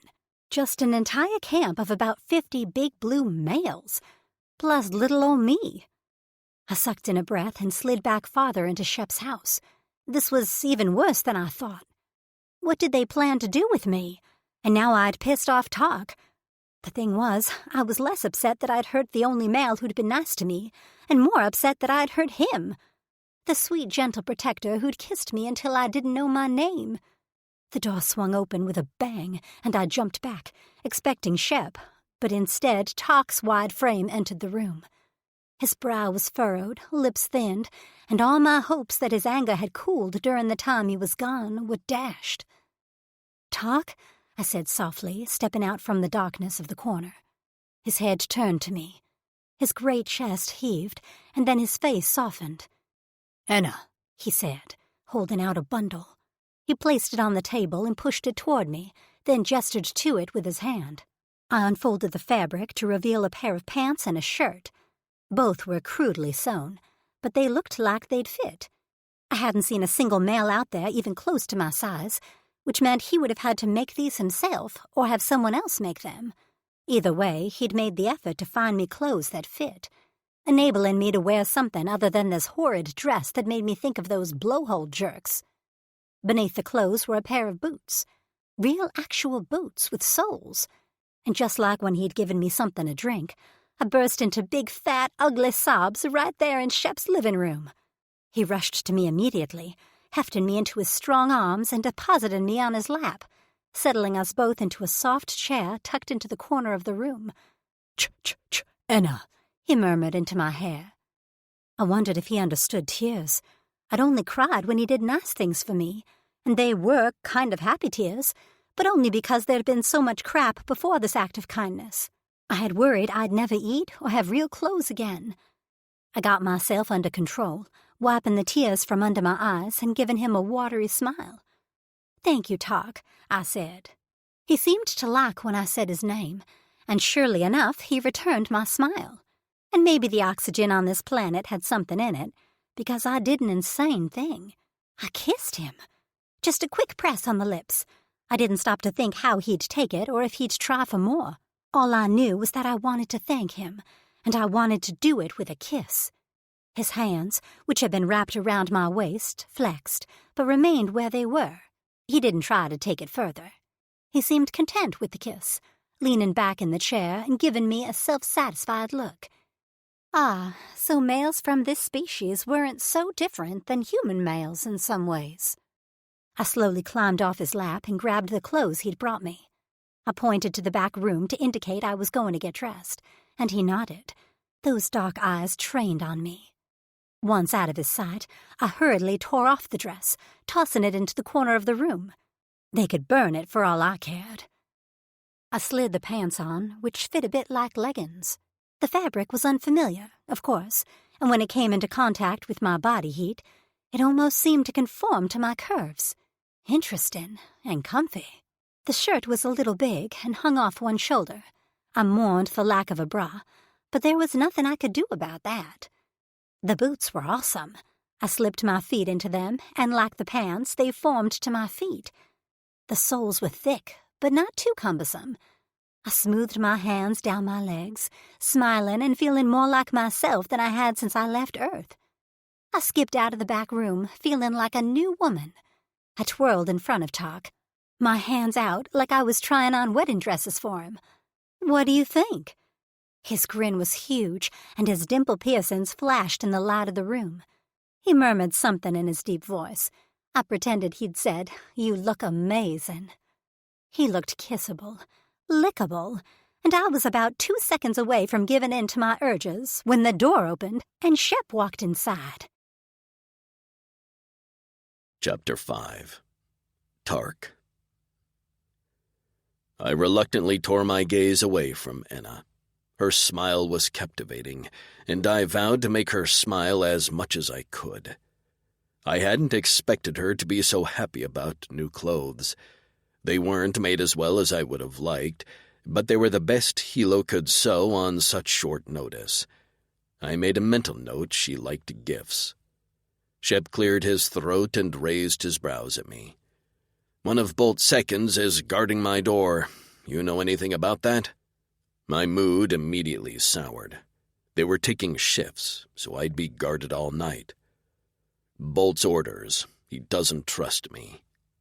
The corner of Shep's mouth lifted and he plunked down a packet of meat on the table. He stepped closer and lowered his voice. "He shouldn't trust you." "I wish he was stupid," I muttered. "If he was stupid, he wouldn't be our Drexel," Shep said. "Now how about we feed your female?" He turned away from me and powered up his cooking device. Enna had been listening to our exchange, her face pinched in concentration as if she was trying to guess what we were saying. I couldn't get this translator implant fixed fast enough. I longed to talk to her. "Enna," I called to her. I sat down at the table, beckoning her with my fingers. She took a few cautious steps toward me, her cute little nose in the air, sniffing as Shep seared our meat. Despite the empty chairs, Anna perched herself on my lap, and my chest nearly burst with pride. I wrapped my arms around her and inhaled the scent of her clean hair. In minutes, the three of us had plates of antella meat with some vegetables from the Clavis' garden. "What's your plan?" Shep asked, his voice pitched low so our guard couldn't hear. I jerked my chin toward my bag in the corner.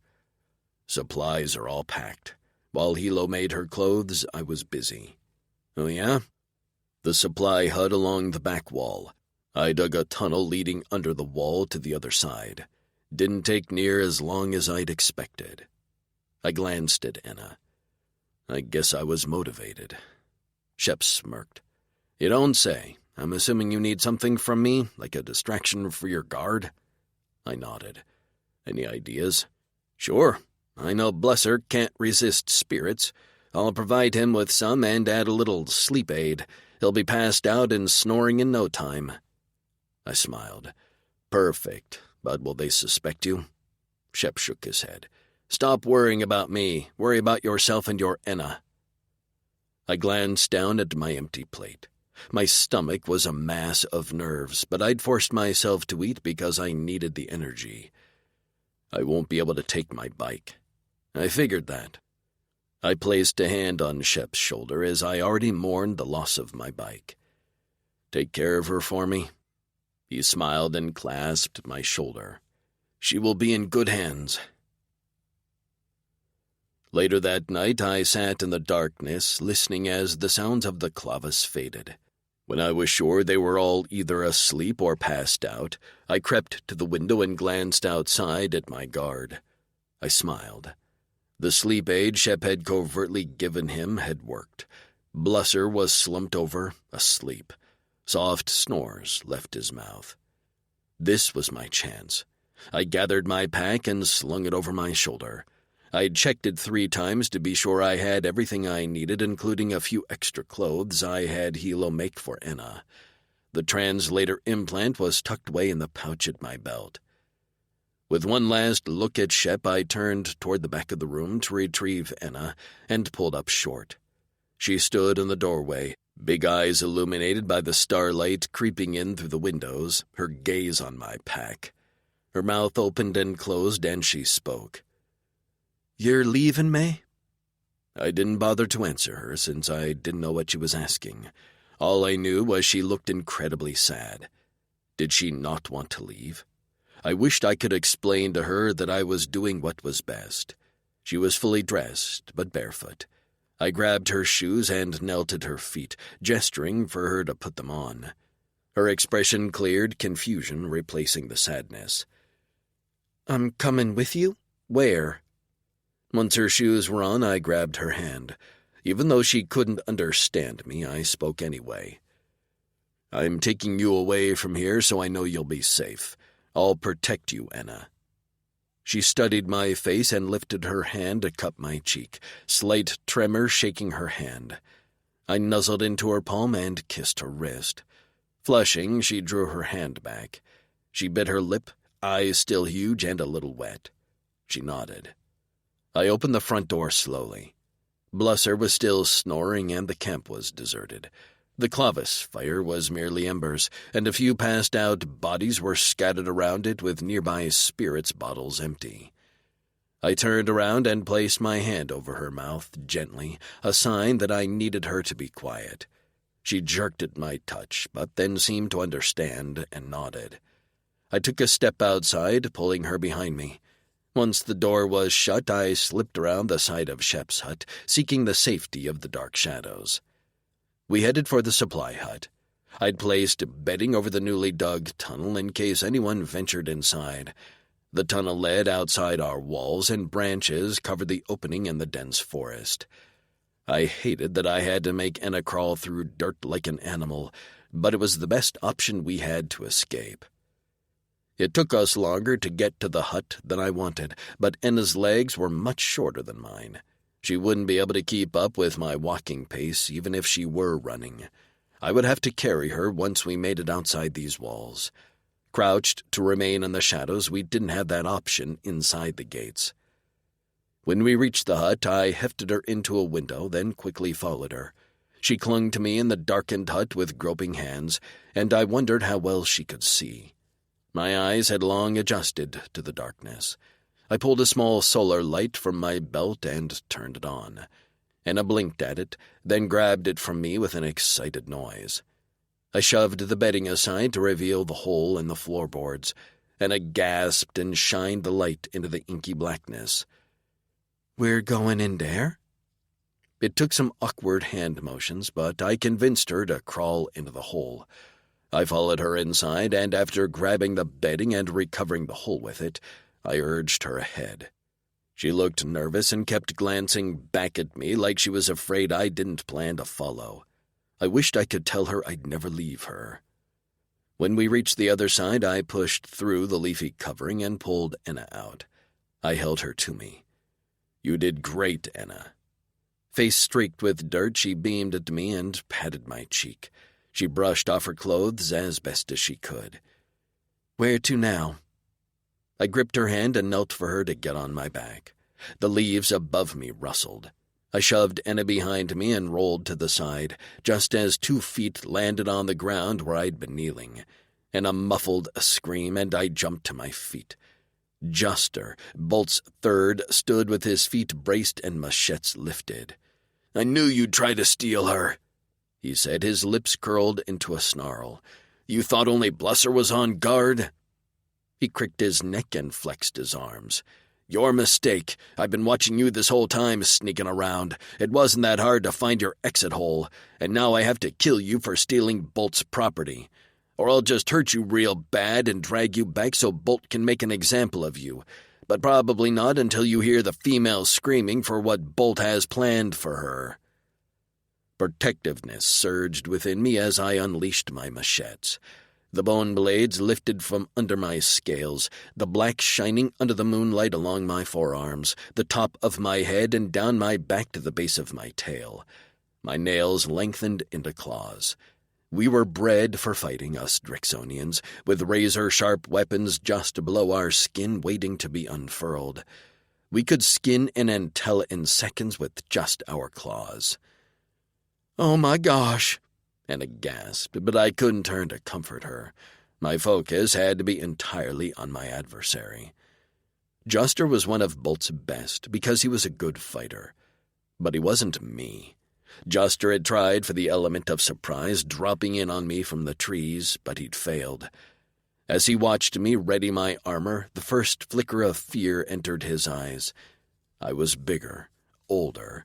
What he didn't know, and what he should fear the most, was that I had something to fight for.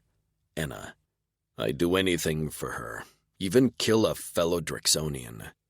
Engaging in the Drixonian battle stance, I crossed my arms at the wrists in front of my neck and met his gaze from between my fists.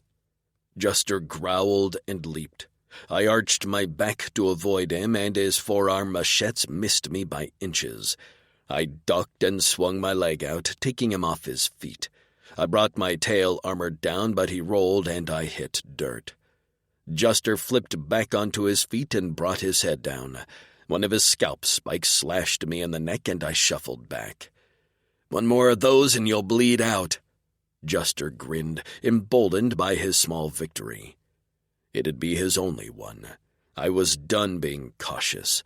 I didn't want to kill Juster, but it was clear he would kill me given the chance. No way would I let him take me alive. With a warning growl, I advanced. Juster was ready for me to come at him, but he wasn't ready for my speed. I slammed my fist into the side of his face, stunning him long enough to get him on his back with my machetes at his throat. His eyes went wide and he tried to roll. I held him in a firm grip. He wasn't going anywhere. I had to admit even I was surprised at how quickly I'd beaten him. I felt stronger, faster, and I assumed it was because I had something to fight for. "I can just put you out," I said. "We don't have to kill each other." He struggled beneath me, but my weight on his chest held him in place. My knees pinned his arms so he couldn't slash at me, but his efforts were digging his machetes into my thighs. I gritted my teeth against the pain. "You're going to have to kill me."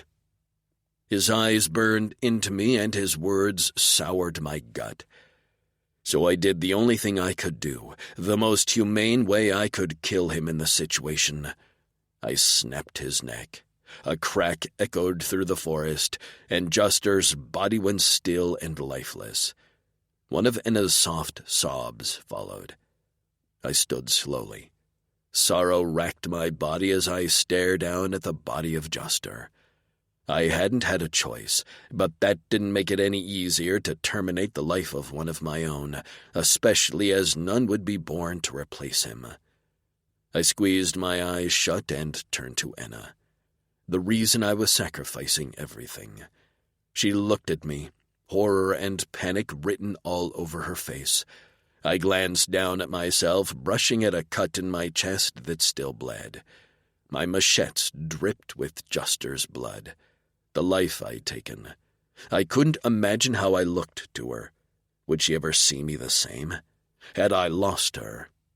I wanted to reassure her that I was still me, still Tark.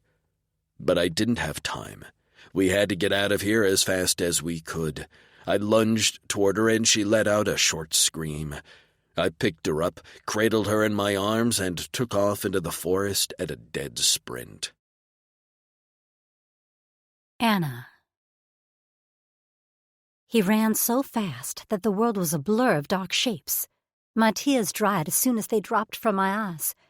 I clung to him, stomach churning. The torment in his eyes. He hadn't wanted to kill that other alien.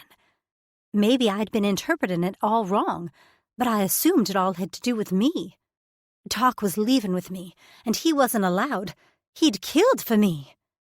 Since I'd walked in on him strapping a pack to his back, my life had been a roller coaster of emotions.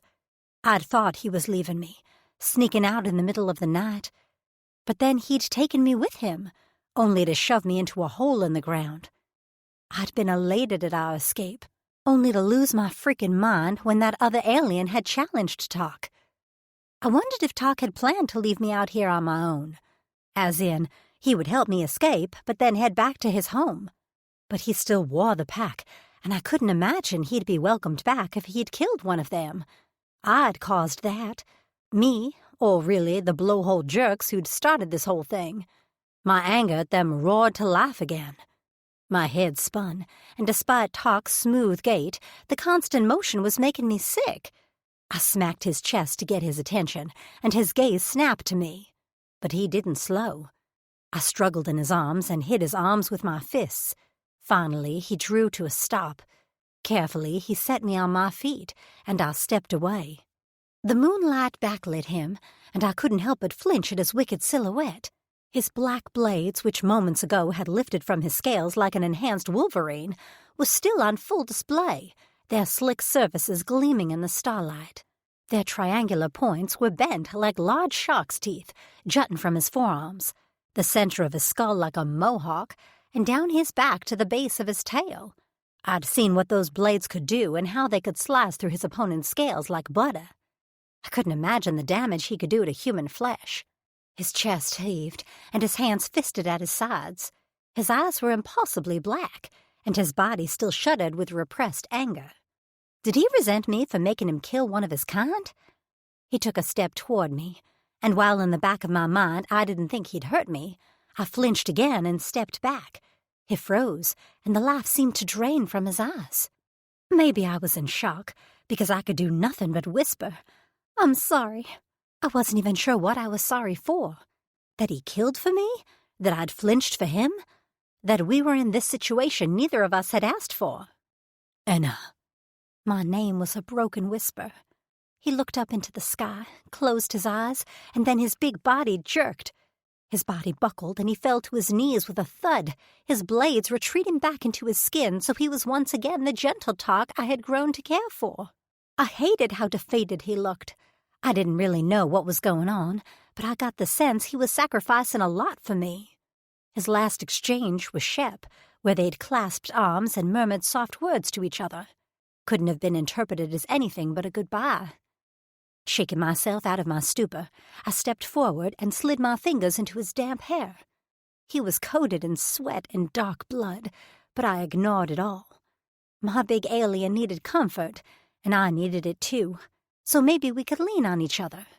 He was so tall, his forehead rested between my breasts, and I cradled his head in my hands. His arms wrapped around my waist, holding on to me tightly, like he wished to never let me go. "I'm sorry I had to kill one of yours, Talk. I don't know why you're doing this for me. You could have let Ponytail have me. You could have done so many other things, but instead you chose to escape with me." He tilted his head back, and dark eyes met mine. They were firing now, streaks of lighter purple swirling around his iris. The heat from his body seeped into my muscles and heated my bones. I finally registered our positions and what they meant. This big alien, this dangerous male with built-in weapons and arms bigger than my torso was on his knees, for me.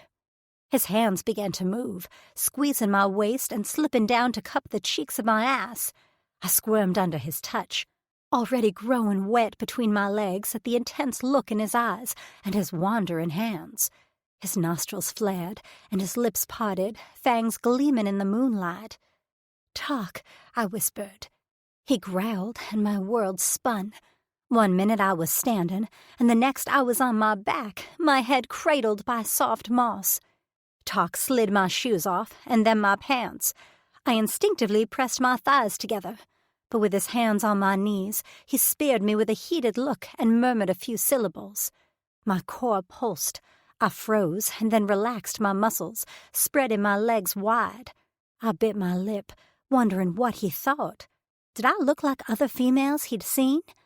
He stared down at the space between my legs, his eyes wide and his cheeks flushed. He still looked deadly with a scabbed-over cut on his chest and blood splattered on his scales. I couldn't believe I wasn't turned off by the sight of him. If anything, the evidence of how he fought for me turned me on even more.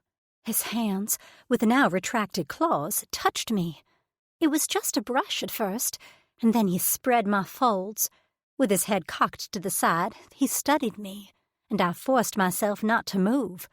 This was hot, his intense perusal. He wanted to learn me, my body, and I was more than happy to let him.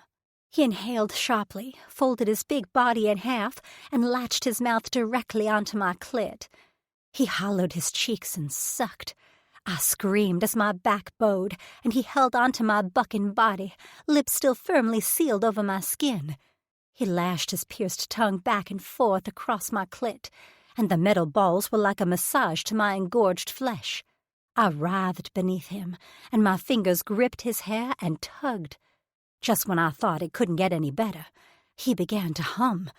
He set a rhythm of suck, lick, swirl, suck, lick, swirl. He hummed through it all, and the steady vibrations echoed to each of my limbs, so I felt him everywhere. Just as I felt the orgasm building, so big that I swore I'd combust, he pulled off my clit, swirled his tongue around my entrance, and speared me with that talented appendage. I swore I levitated. His tongue reached all the way inside, to places I'd never been touched before. His hums turned into growls, and his lips worked alongside his tongue. As he aided me, my cries and groans punctuated the still of the night. He touched me everywhere inside, his piercings rippling down my inner walls and lighting my blood on fire. I scratched the ground, digging my fingers into dirt. Then I grasped at his hair. I raked my heels down his giant back and marveled at the male on his knees, his lips locked onto my sex, servicing me. His eyes, like purple lasers, met mine over the bucking of my body. His lips curled, and his tongue dipped farther. My orgasm barreled down my spine like a scorching flame, and I detonated. My vision widened out, my neck craned, and my eyes rolled into the back of my head while I shuddered, and shook, and whimpered. When I came back to myself, I was still on my back, naked from the waist down, and Talk's head was resting on my thigh. His tongue lapped at me lazily, cleaning my sex and my inner thighs, even dipping to sample the crack of my ass. His eyes were closed, his features relaxed with bliss.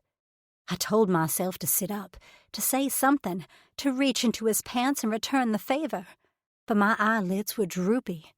I yawned and thought of a few things I wanted to say, but never got them out as I drifted off into a post-orgasmic nap. Chapter 6. Tark. I felt reborn from one taste of Enna. She'd fallen asleep while I'd licked her, and I could have lain there forever between her legs, but we had to put more distance between us and Bolt's camp. I hadn't meant to stop this long, but I'd been overwhelmed by the scent of her and that breathy way she'd said my name. She was still asleep in my arms, and I kept a steady pace as I jogged through the forest toward the spaceship, careful not to jostle her too much. She'd given me the best gift I could ever receive in this life, and continued to do so every time she smiled at me. Leaving all I'd known and killing Juster was worth it. I ran for hours, Enna asleep in my arms. I'd never needed much sleep, but with Enna on my tongue, I felt like I could keep this pace for 3 straight rotations. I wanted to make it to the spaceship by the time the sun rose. A warm glow peeked over the horizon, signaling oncoming dawn when Enna woke. I crested a hill to see the spaceship wrecked just ahead of us. She blinked her pretty eyes and furrowed her brow before patting my arm. I finally came to a stop and placed her on her feet. Her lips parted in wonder when she caught sight of the spaceship. I didn't bother to explain. I grabbed her hand and tugged her along after me. She followed, tripping over her feet before moving her legs faster to keep up. By the time we reached the hole in the hull, she was panting. She bent at the waist, hands on her knees, and peered up at me through her hair. "Damn, you're fast." She squinted into the darkness of the ship. "What are we doing here?" I pulled her inside and found a spot free from debris and hidden from outside view. I pushed on her shoulder until she plopped down on the floor.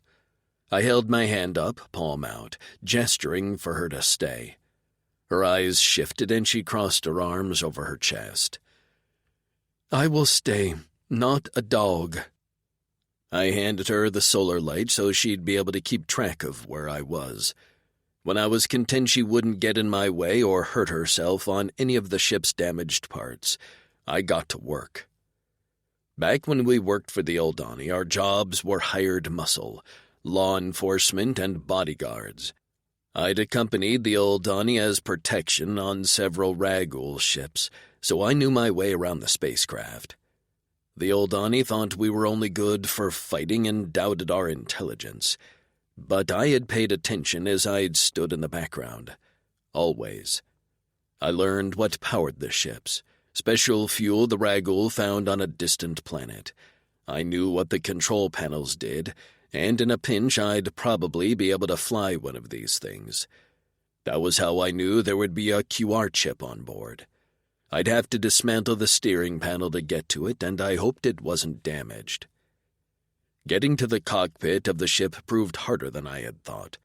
Most of the front section had been destroyed or buried from impact, and I began to worry this was fruitless. I could barely squeeze my body through the crumpled metal, and the cockpit chair was crushed across the entire control panel.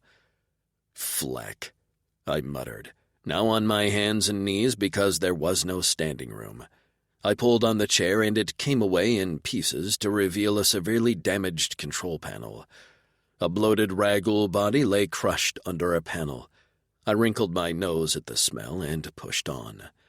A Ragul weapon, one of their turpins, was lodged into the right side where most of the engine controls were located. An indication of why the ship had crashed? I'd have to ask Enna later. The engine controls were not my goal, so I focused on the steering mechanism. The panel's cover was dented, and I hoped all the precious parts beneath it weren't damaged. That was my only hope to make this implant work. Now I just needed the correct tools to dismantle the panel. Because, of course, the flecking Ragul had special tools for just about every part on this ship. I wrenched open the melted cabinet door above the driver's seat. Tools rained down on my head, pinging off my horns and clattering to the floor. Enna's solar light waved wildly, and I reassured her by saying her name softly and telling her I was okay. That seemed to settle her, and her light retreated. I dug around in the cabinet, feeling for the 3-prong rod that I needed. "Thank Fatas," I said when my fingers closed around it. The panel had 4 layers with intricate connectors I had to unscrew and carefully lift, so I didn't damage what was beneath. I put Enna out of my mind so I could concentrate. By the time I reached the bottom level, I wasn't sure how much time had passed. I wiped my brow as sweat dripped into my eyes. The sun had just begun to rise, its rays heating up the dark metal of the ship, so the inside felt like a boiling pot. I ran my finger over all the wires, chips, and sensors. When I saw the familiar circle shape and light yellow of the QR chip, I tilted my head back and shouted with victory. Tark? I heard Anna call. I plucked the QR chip from its spot and turned to crawl out of the cockpit. I emerged to see Anna sitting just where I'd left her, the sun glinting off her pretty red hair. Her big eyes took me in as I scrambled around the ship, looking for the next object I needed. Providing her with a translator wasn't enough. I had to upload her language onto the device so I'd hear her words in my language, and she'd hear mine in hers. A translator updater had to be somewhere on this ship. I knew the Ragul always traveled with one. If they'd traveled to Earth, then Earth languages had to be on it. The sight of the cabinet Anna had hid in when we found her caught my eye. The door hung ajar where Juster had ripped it open. I tore it off the rest of the way and clawed at the tangle of wires until my hands closed over a familiar handle. I held it up and flicked it on, hoping it was charged. It beeped weakly, and I blew out my breath, knowing I didn't have much time before it died. On the screen was the language it had updated for its last user. I squinted at the words. English. English? Anna said. Did you say English? I didn't bother to respond. I was going to take my gamble on this language. I held the updater to my right ear and pressed the trigger as the updater's signal connected with my implant. A warmth spread throughout my skull, and then the updater beeped, signaling it was done. I set it down gently, just in case I'd need it again, and dropped to my knees in front of Anna. I tugged the small translator chip out of my belt pouch and pulled off the back. After slipping the QR chip into place and hearing a small activation chime, I nearly wept. Anna watched me silently, and I rubbed my damp palms on my knees. I'd only seen a translator implant installed once. I knew it would hurt Anna, but only for a brief moment. I held up the chip and pointed to the spot behind her ear. Then I gestured between our mouths. She frowned, and I didn't think she understood. She brushed her fingers over the implant and cocked her head. Will this help us talk? Her voice. Oh, Fatas, her voice. I could understand her. Nearly giddy, I focused on the next step. I held up the implant again. I need to place this. I touched it to the skin behind her ear. Right here. I didn't think she quite understood yet, but she swallowed and looked at me with so much trust in her eyes, it took my breath away. She nodded and said, I trust you. My sweet Anna. She trusted me. I would spend my entire life keeping that trust. I willed my hands not to shake. I pressed the small button on the side of her implant to turn on the implantation sequence. The implant vibrated and a few sharp needles descended. Planet Tauran Drixonian. I spoke against it to set the correct language. The button flashed a yellow light to signal it was ready. I met Anna's eyes, held her chin, and with a quick jerk of my palm shoved the implant against her skin. Her mouth dropped open, her skin paled, and as the needles sunk into her skin and curved to cement their place, she opened her mouth and screamed. Anna. Pain slammed into my skull and cascaded down my spine. I fell onto my back and clawed at the thing Tark had screwed into my head. "Get it off!" I screeched as the device beeped and then the pain intensified. I writhed on the ground, unable to see Tark through the tears in my eyes, betrayal singeing my nerves. "It hurts! Get it off of me!" His hands entered my vision, reaching for me, and I batted them away. I snarled at him, even though the pain, as quick as it had come, began to lessen. "I know it hurts, but it'll only last a moment. Give it time." "Yeah? Well, how long do you consider a moment?" I snapped at him. I froze, and realization dawned on me, taking my attention away from the stupid device now stuck on my head. I'd understood him. I jerked upright and stared at him. "Did I just understand you?" He smiled. "Yes, that's why we're here. I needed a chip for your translator implantation device." That was why we came all this way back to the ship, why he'd run here with me in his arms, why he'd been banging around at the front of the ship for what felt like ages, to fix something that would allow us to communicate. My heart swelled, the pain in my head merely a dull ache now. I could live with it if it meant I could finally talk to him. And then it happened. My eyes burned and I blubbered out a sob. Talk gathered me into his arms, and I clung to him, wetting my skin with my tears. Ch, Anna, he said. Ch. I'm sorry, I said, wiping my tears and trying to get control. It seems like every time you do something nice for me, I can't help the tears.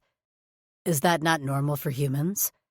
Well, usually we cry when we're sad. His brows furrowed as he thought about that one. But you are not sad about the nice things I do, are you? I laughed. No, it seems like every time you show me kindness, all the scared emotions and everything I've repressed since landing on this planet come out. In tears. I plan to show you more kindness, so I guess you'll be crying a lot. I reached up and palmed his cheek. I can't tell you how happy I am that we can talk. It is all I thought about since Shep gave me the device. So how does it work? I programmed it so you speak and understand my language. I updated my implant, which I already had, with your language. How can it do that? The device translates the words before it hits the part of our brains that interprets language. It still didn't make sense to me, but then neither did Shep's medical instruments or how I'd woken up in this hut with all my injuries completely healed. We don't have anything like this on Earth. He nodded. We don't know much about humans, but we have heard your technology is primitive to ours. I decided not to take offense at being called primitive. So you know I'm human? I didn't at first. Shep had to tell me. How did you come to be on this Ragul ship? Ragul? Those are the species who fly this type of craft. One eye, pale. Ah, yes. I called them blowhole aliens in my head, because they looked like dolphins. Dolphins? I waved my hand. We didn't have time to cover Earth species right now. I'll explain that another time. I began to talk about how I'd gone to sleep in my bed on Earth, and I'd woken up on a spaceship with a few other human females, 2 of them dead. I explained how the crash happened and how I'd managed to survive, which was still a shock to me. He listened with rapt attention, his fists clenching a few times as I went over how close I'd come to dying. And then, I said, well, then you and your, friends showed up, and I think you understand what happened after that better than I do. I shifted in his lap, staring up into his handsome face. Are we going back? He inhaled sharply, and I didn't miss the way sadness crossed over his features like a cloud. He shook his head. No, sweet Anna. We will not be going back. Does it have to do with the ponytail guy? Who? The man who held me. I wrapped my hands around my throat. His face darkened, and the corners of his mouth twisted into a snarl. Yes. Bolt is our Drexel, and... Wait, what's a Drexel? I asked. Our leader. Oh, okay. Go on. He started out a good warrior, but time has worn on him, and he's turned self-serving. I don't know his full plans for you, but they were not good. He threatened you, and I know he'd either keep you for himself as a pet or sell you to a species who would mistreat you, like the Oldani. My gut feeling on Bolt had been right. Who are the Oldani? They are another species on this planet. His jaw clenched. And our enemies. Shep and I think that was where this ship was heading. There are rumors they are collecting females of different species. For what? He shook his head. We are unsure, but it wouldn't be good. They are known to experiment on living beings with zero regard to the lives of their subjects. I shuddered. I take it you know these Aldani? With a sigh, he picked me up and shifted us. He rested his back against the side of the ship, and I straddled his lap, facing him. The position was intimate, yet comfortable, and I settled against the alien who I'd known from the beginning had tried to save me, who was still saving me. We are Drixonian, and this planet we are on now is Tauren. We used to live on the sister planet, Corin." He pointed out of the hull of the spaceship to the brilliant planet I'd seen when I crashed. Our civilization thrived as our females ruled.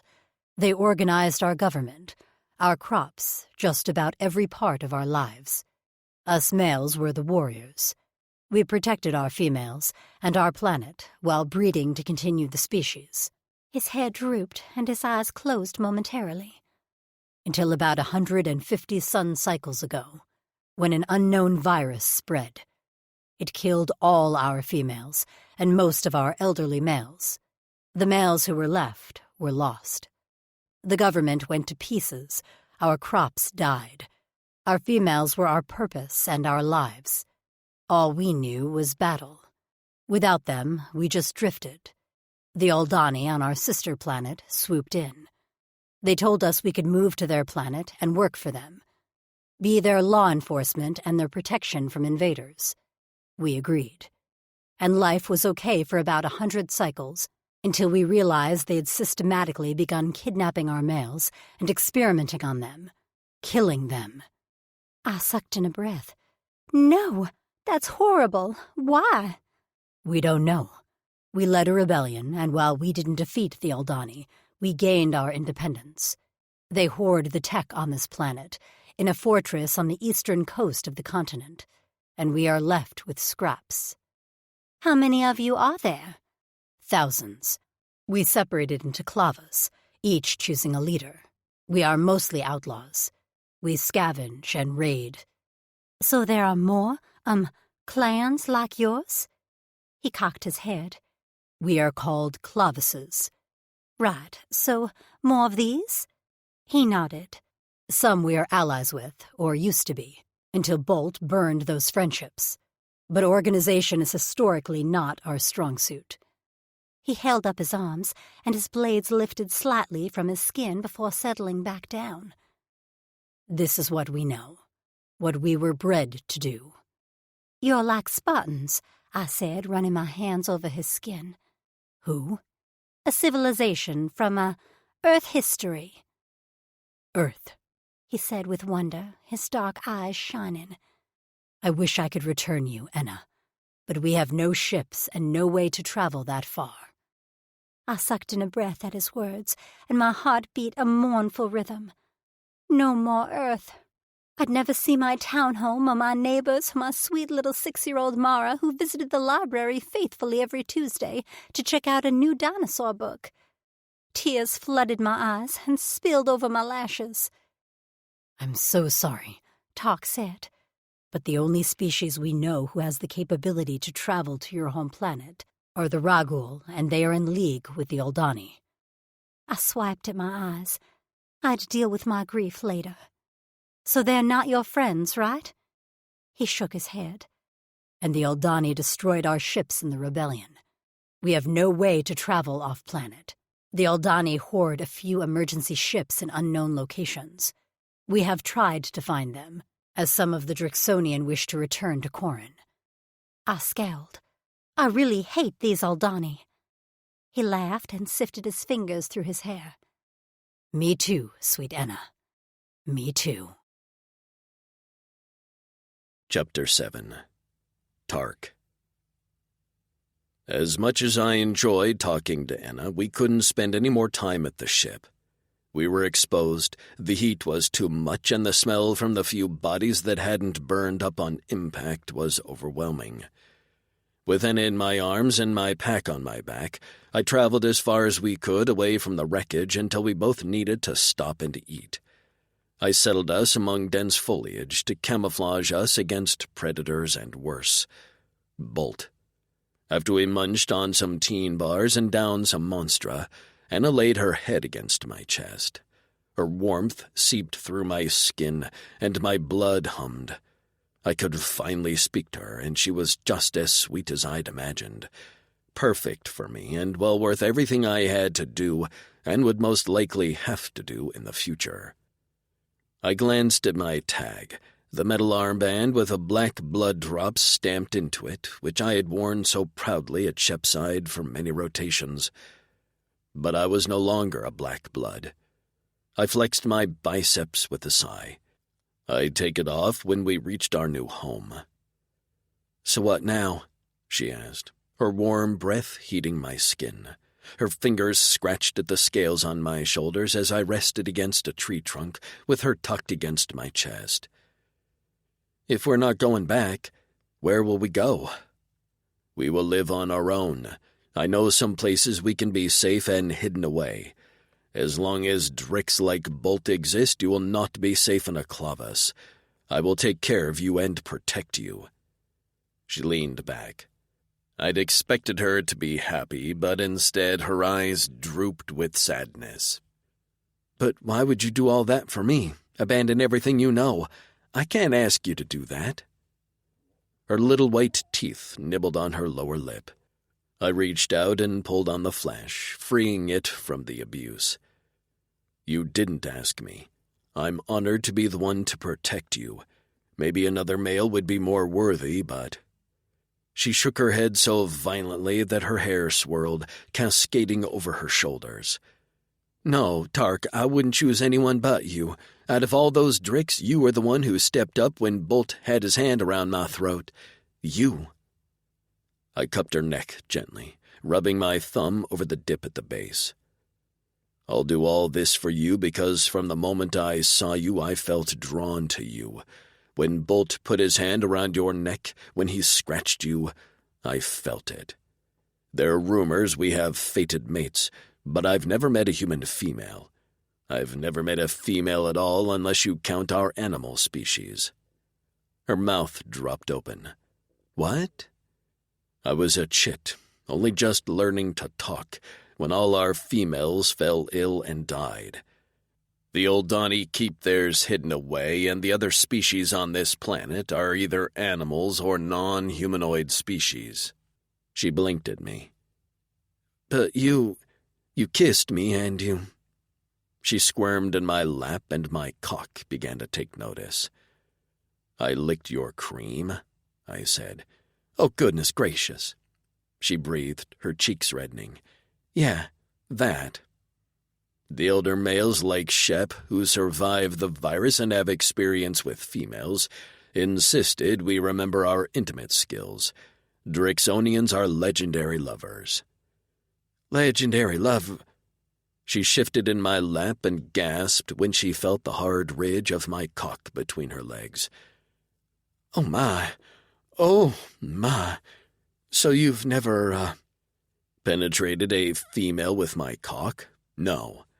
Some drakes manage to get hard a few times a cycle, but most of our libidos are dormant. We assumed we'd live that way for the rest of our lives, as only Drixonian females, or so we thought, would excite us enough to mate." My hands coasted down her back. "Until I met you, and my desire for you is unending." Her lips parted and her eyes went soft and warm. The green orbs entranced me. "I wish to show you what I've learned. Will you let me be your lover?" My sweet Enna's lips turned up and her chest heaved. Her luscious breasts jiggled, making my cock twitch. She shifted on my lap, rolling her hips, and a bit of mischief crept into her grin. "Yes, Tark, yes." With an elated growl, I rolled forward, placing her on her back on a mossy patch of ground. I stripped her out of her clothes until all her pale, naked flesh was exposed to me. She didn't move to cover herself up or even look nervous. Her trust in me nearly took my breath away. The pink nipples on her ripened breasts hardened beneath my gaze. I had never seen anything more beautiful, and my mouth watered. Would those pretty peaks taste like her cream? I lowered my mouth and latched onto a nipple, rolling the metal in my mouth around the sensitive flesh. She cried out and gripped my horns, urging me to continue to suckle the bud. I loved on it until the skin was red and wet before moving on to her next nipple. All the while she moaned beneath me. "I want to see you," she whispered as I kissed my way down her stomach. A shudder racked her body. "Take off your pants, Tark." I shucked my boots and unhooked my belt at the top of my tail. After rolling my pants off my legs, I tossed them in the corner with Enna's clothes. I had no idea what the men of her species looked like, so I rose up on my knees so she could look her fill. Her gaze coasted down my body, and she sucked in a breath when her eyes landed on my cock. "Oh, Lord," she murmured. She slowly reached out to touch the tip of my cock, which leaked with my libo. Shep said it was warm slick to ease our way into females. "This is... wow," she said.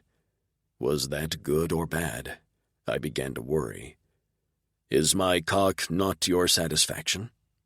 Her gaze shot to mine. "Satisfaction?" Her shoulders shook, and then laughter bubbled out of her. "Satisfaction?" Her voice rose. "Your penis is a work of art. I don't even know where to start. The head is angled and it's ribbed, long and thick. To add to that, you have a notch on the top to rub against my—" She blew out a breath and her cheeks pinked. "To answer your question, I'm quite satisfied." She shrugged as her flush continued down her neck to the top of her breasts. "Not that I have that much experience, but I have an active imagination and a love of romance books." I wasn't sure of much of what she said, but from what I could understand, I liked. My cock liked it too, especially when she closed her hand around the shaft and tugged. I tilted my head back on a moan. She squeezed harder and my hips began to jerk in time with her strokes. "Please, Anna," I whispered. "Please what?" she said. "I don't know." I stared at her helplessly. "I don't know." She leaned forward and licked at the tip of my cock. My libo glistened on her tongue before she pulled it back in her mouth. She said. "How is this possible? You taste sweet." I couldn't take it anymore. Her hands, her tongue, the way she allowed me to touch her. I needed to taste her again. I pushed on her shoulders until she was once again on her back, and then I tugged her legs apart. This time she opened them willingly, and I sank down to the floor to drown myself in her cream. I sucked on her pretty hard nub, loving the way she gushed into my mouth on a silky moan. I lapped at her entrance and dipped inside where my cock ached to be. She arched her back and said my name in breathy pants as I speared her over and over with my tongue. I hummed, the vibration of skill that only the Dricks had, a vibration of our throat, tongue, and cock. She went wild beneath me, just like she had the night before. "Yes," she screamed. "Don't stop. Please don't stop." Like I'd ever stop. I'd make my home between her thighs if she let me. I raked the metal in my mouth over that spot inside of her I'd only dreamt about. Her body locked up, her legs shook, and she shouted out my name as shivers coursed down her spine. Her heels skittered on my back, and still I ate at her, unable to stop myself. She was just so sweet, my Anna. When her body stopped shaking, I rose above her, still licking around my mouth to gather up the last of her cream left on my skin. She swallowed, cheeks red, breasts heaving. "You are so good at that. Legendary lovers is right." I needed more. My cock ached, and my balls felt like they weighed double, hanging heavy and full between my legs. I spread my libo down my shaft. "I need you, Emma." I could barely get the words out. "I need you badly." She reached up and gripped my cheeks. "You have me." With a growl, I entered her, plunging my cock into her warm, wet depths. She screamed in pleasure, clenching her inner muscles around me. My eyes nearly rolled back in my head. My hips jerked, and I couldn't stop the thrusts. I couldn't slow down. I couldn't do anything but mindlessly pound into my sweet Anna again and again. The need to fill my female and revel to her screams and cries of pleasure was woven into my very bones. I'd thought I'd been bred to fight. Oh no, I'd been bred to do this. I powered into her until her body slid forward, head sliding close to a rock. To avoid hurting her, I pulled out and hauled her up into my arms. I flipped her onto her hands and knees, gripped her shapely hips, and slammed into her again. She pushed backward, taking everything I gave her and giving it back. My balls slapped against her nub, and she arched her back so prettily. I gripped her hair, angling her face so I could see how well my cock made her feel. Her eyes were half closed, mouth open. "I'm going to." She let out a high-pitched shriek. "I'm going to come again, Tark. Your cock, it's vibrating." Her body shook, and I tugged her upright, needing more skin-to-skin contact. I sucked on her neck and rubbed her hard nub with one hand, while I pinched her nipples with the other. My balls drew up and my cock twitched inside her sweet body. Something was happening to me. My blood sparked, my tail thrashed, my muscles swelled. "You are mine, sweet Enna." I growled into her ear as I pounded into her harder. "Mine and only mine, forever." She threw her head back on my shoulder and screamed. Her inner walls pulsed around my cock, squeezing it impossibly tight. My balls throbbed, my cock pulsed, and then I came. The orgasm hit me like a comet, singeing my body from the inside out. I filled her with everything I had, sealing my mouth onto hers and swallowing her cries as my cock emptied inside of her. My thighs shook and gave out. We crashed to the mossy ground, and I just narrowly avoided crushing her. My hips still rolled, moving my cock inside of her gently. I couldn't pull away, even as she moaned softly and sweetly beneath me. The feel of her around me. This was home. Not Planet Torin or Planet Corin, not back at my room in the barracks. Not anywhere, but here, inside my sweet Enna. I'd found everything I ever needed. I rolled us to our sides, her back to my front, still connected. I pressed kisses to her neck, and she reached back, her hand stroking through my hair and over my horns. She sighed, and her sweet pussy rhythmically squeezed me. "I am yours," she said softly as I stroked the soft skin under her breasts. "And I'm honored to be yours." Anna. I didn't have words for what Tark and I had just done together, in any language. The pleasure was indescribable, and Tark's declaration that I was his comforted me on a soul-deep level. He held me tightly, his hands caressing me, and I nuzzled back into him. His cock finally slipped from my body, but he didn't move, didn't separate us an inch. The wind rustled the leaves above us, letting a sun rays warm our bodies. For a brief moment, I could almost believe I was on a normal picnic on Earth, with a normal boyfriend who'd just blown my mind. "You know," I said softly, "I never really had a home on Earth. We moved around a lot, so I was always in new places with new people. I wasn't grounded. I had no roots. My mother died, and my father and I lost touch. How did I have to travel all this way to a strange planet and find you to finally feel like I'm home?" His breath gusted in my hair. Sweet Enna, I was thinking the same thing. My home is you.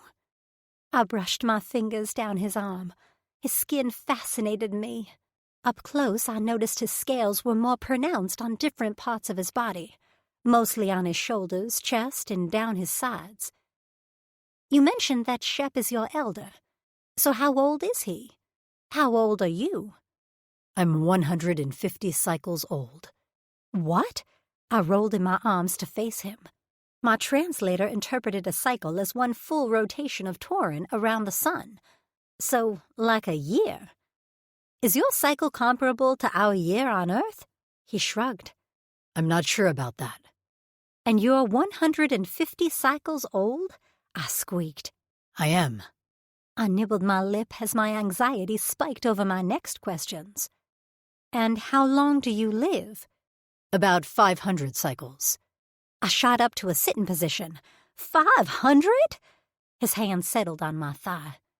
Human life expectancy is shorter, right? Yeah, I'm 30 and I might live to 100 if I'm lucky. He frowned at that and then shrugged. Well then, I'll go when you go. I jerked back. What does that mean? What is the point without you? You lived 150 cycles without me.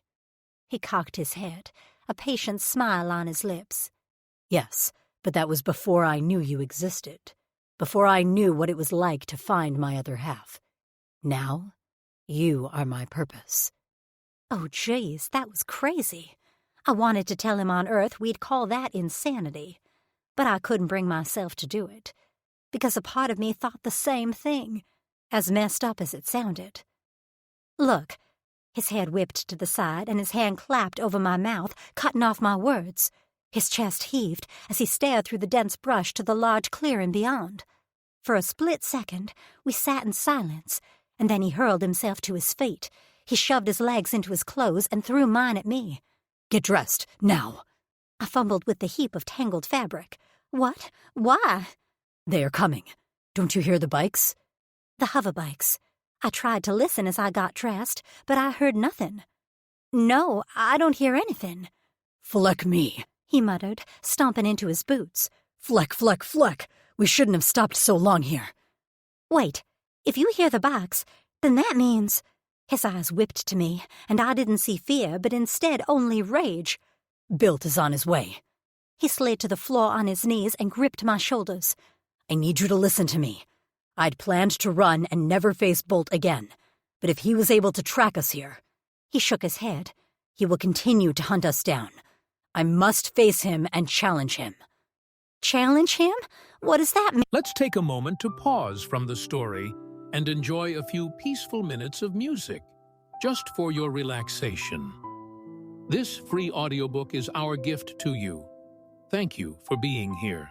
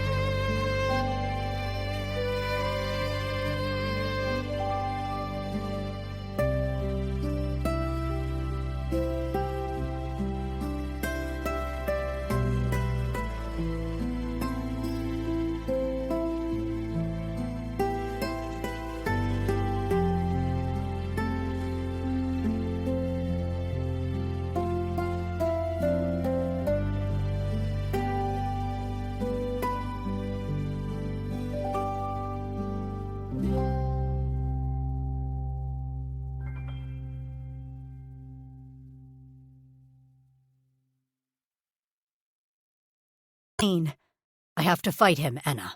To the death. What? I shrieked. He looked over his shoulder. They will be here soon. Stay here behind this tree and don't come out until I come to get you. He stood, and I lunged after him, latching onto his ankle. No! Are you sure we don't have time? This is an entire planet. We can run. He looked down at me with that patient smile that I'd loved a minute ago but now hated. There is no time. They will see us. We end it now, and then we can live the rest of our lives in peace. My eyes pricked with tears. Please, Tark, don't fight. His jaw clenched. I will give you anything, Anna. Anything. But I can't give you this. He tugged his foot out of my grip and strode away from me toward the clearing. Shit, I hissed as I finished getting dressed. I didn't usually swear, but this called for all the cursing. Shit, shit, shit. It wasn't that I didn't trust Tark or have faith in his ability. I'd seen how quickly he dispatched that other alien. But I didn't trust Bolt, not one bit. I scrambled on my knees and pressed my chest against the trunk, peering around it cautiously. No way would I hide away while Tark fought to the death for me. For us. I squinted through a break in the brush. In the distance, the familiar swirling green dust cloud that surrounded the bikes approached rapidly. At the front of the pack, I could just make out Bolt's ponytail whipping around behind him. Tark, my big, beautiful, perfect male, stood about 50 feet away with his legs braced apart and his head back. He looked almost regal standing his ground. The sunlight glinted off his tail, and I squinted to get a better look. There, on the end, was a spiked ring. To fight. I swallowed. Everything felt a whole lot more real. The billowing green cloud drew closer. My hands grew damp. Sweat trickled down my spine, and I did all I could do. I waited and I watched. Tark. The clearing was large, close to the open plains where the spaceship had crashed. I cursed myself for not traveling farther, but part of me had always known Bolt would do everything in his power to find us. This was probably for the best. I was glad I hadn't removed my tag yet. The absence of it would have been a symbol that I was an outsider, and as such I wouldn't have been afforded the opportunity to challenge a Drexel one-on-one. As of now, I still bore the tag of the Blackbloods, and I'd defeat their Drexel and return the Clavus to its former glory. Bolt pulled to a stop in front of me, about half a dozen of Bloods behind him. He took his time turning off his bike and swinging off the seat. He approached me slowly, his gaze shifting between me and the tree line behind me. I hoped Anna listened and stayed out of sight. "Where is she?" he said, stopping a fair distance away. "She's gone," I answered. He huffed a laugh. "You think I believe that?" I shrugged. "I don't care what you believe. There is no way you sent a defenseless female into the wilds of Torin all by her lonesome. That's the problem with you, Tark. You're too selfless. You think I kept my Clavus alive by being nice and kind? I think there are many ways to maintain a Clavus, Bolt. Your way isn't the only way." He was silent for a moment. "Here's what I think. I think she's back behind you somewhere, cowering in the brush. I'm not quite sure what you think you're doing with her, but it doesn't matter, because once I tear your Cora out, she'll be returned to me." I willed myself to maintain calm. "She was never yours." He lifted his pierced brow. "Oh? She was mine the minute I saw her. The old Donnie should pay a nice price for her. So here's the deal. You let me pass and retrieve my property from that ship, or I'll kill you." The threat to my female boiled my blood. My skin pulled and itched, like it was too tight for my body. I didn't say a word, and let my machetes rise, rippling along my forearms and from my head down my back. My intent was clear. No one raised their machetes to their Drexel unless they were issuing a challenge. And a challenge was a fight to the death. I crossed my arms in front of my neck. With a snarl, Bolt lifted his machete in answer.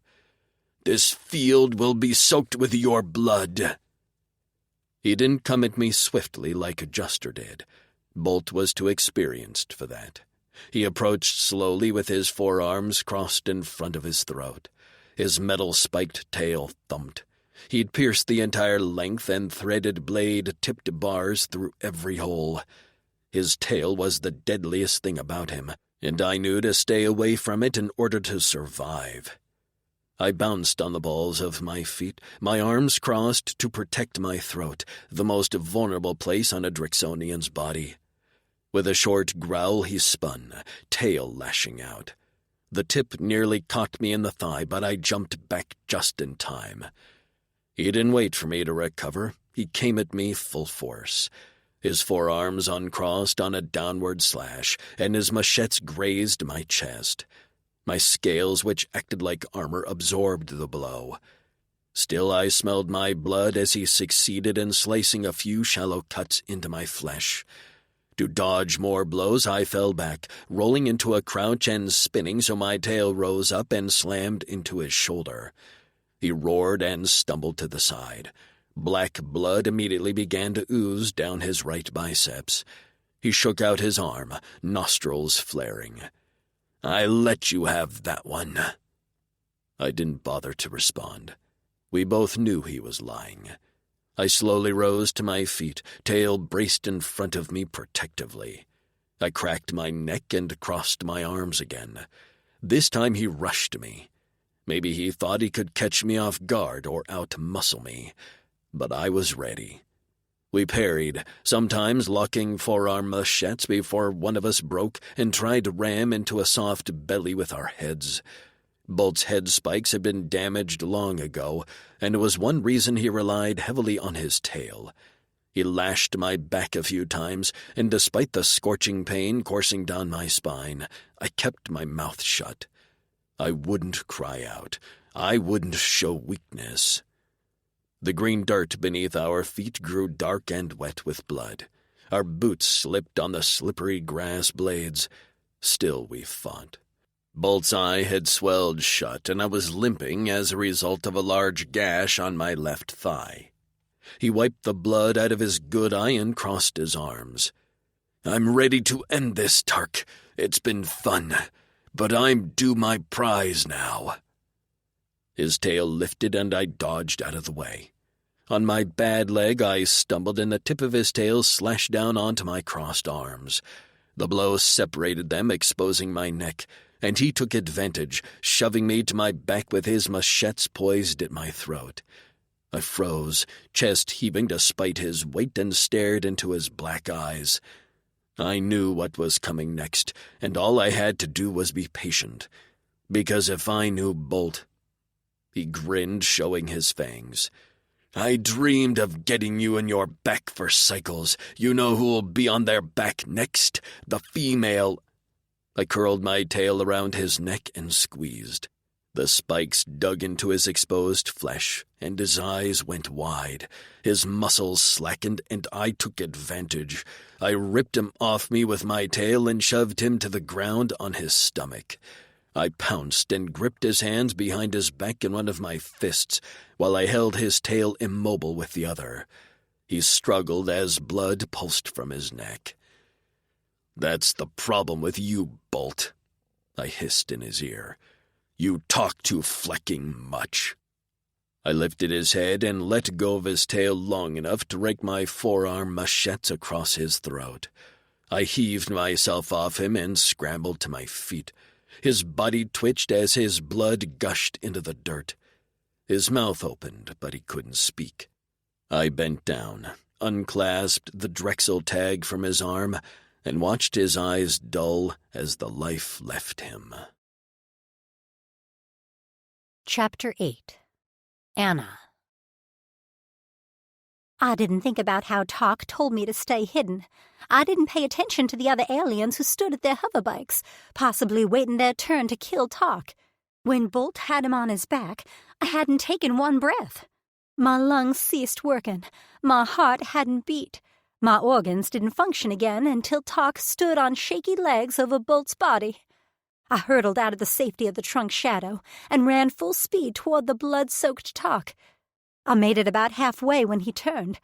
I felt his gaze like a tangible hook, sinking deep into my flesh over my heart. My steps faltered, and I sucked in a breath. Whoa, what was that? My wrists felt funny, too. I slowed to a jog and glanced at them as they started to tingle like a sunburn. The tingling shifted to a burning sensation, which grew hotter, more painful, and I pulled to a stop, inspecting the source of the pain just as two white lines appeared on my skin, running parallel to each other around my wrists. My breathing picked up as the pain intensified. I cried out, falling to my knees as the bands shone like golden threads. Inside the lines, a pattern began to emerge, and I rubbed them against my pants, tears pricking my eyes as my skin felt like I'd been scorched on a hot stove. I glanced up helplessly to see if Talk could help me, only to find he was also on his knees staring at his hands. Golden bands shone on the blue skin of his wrists. His shoulders shook as he held his hands out, turning them over again and again. Pushing aside the pain, I crawled toward him. "Talk?"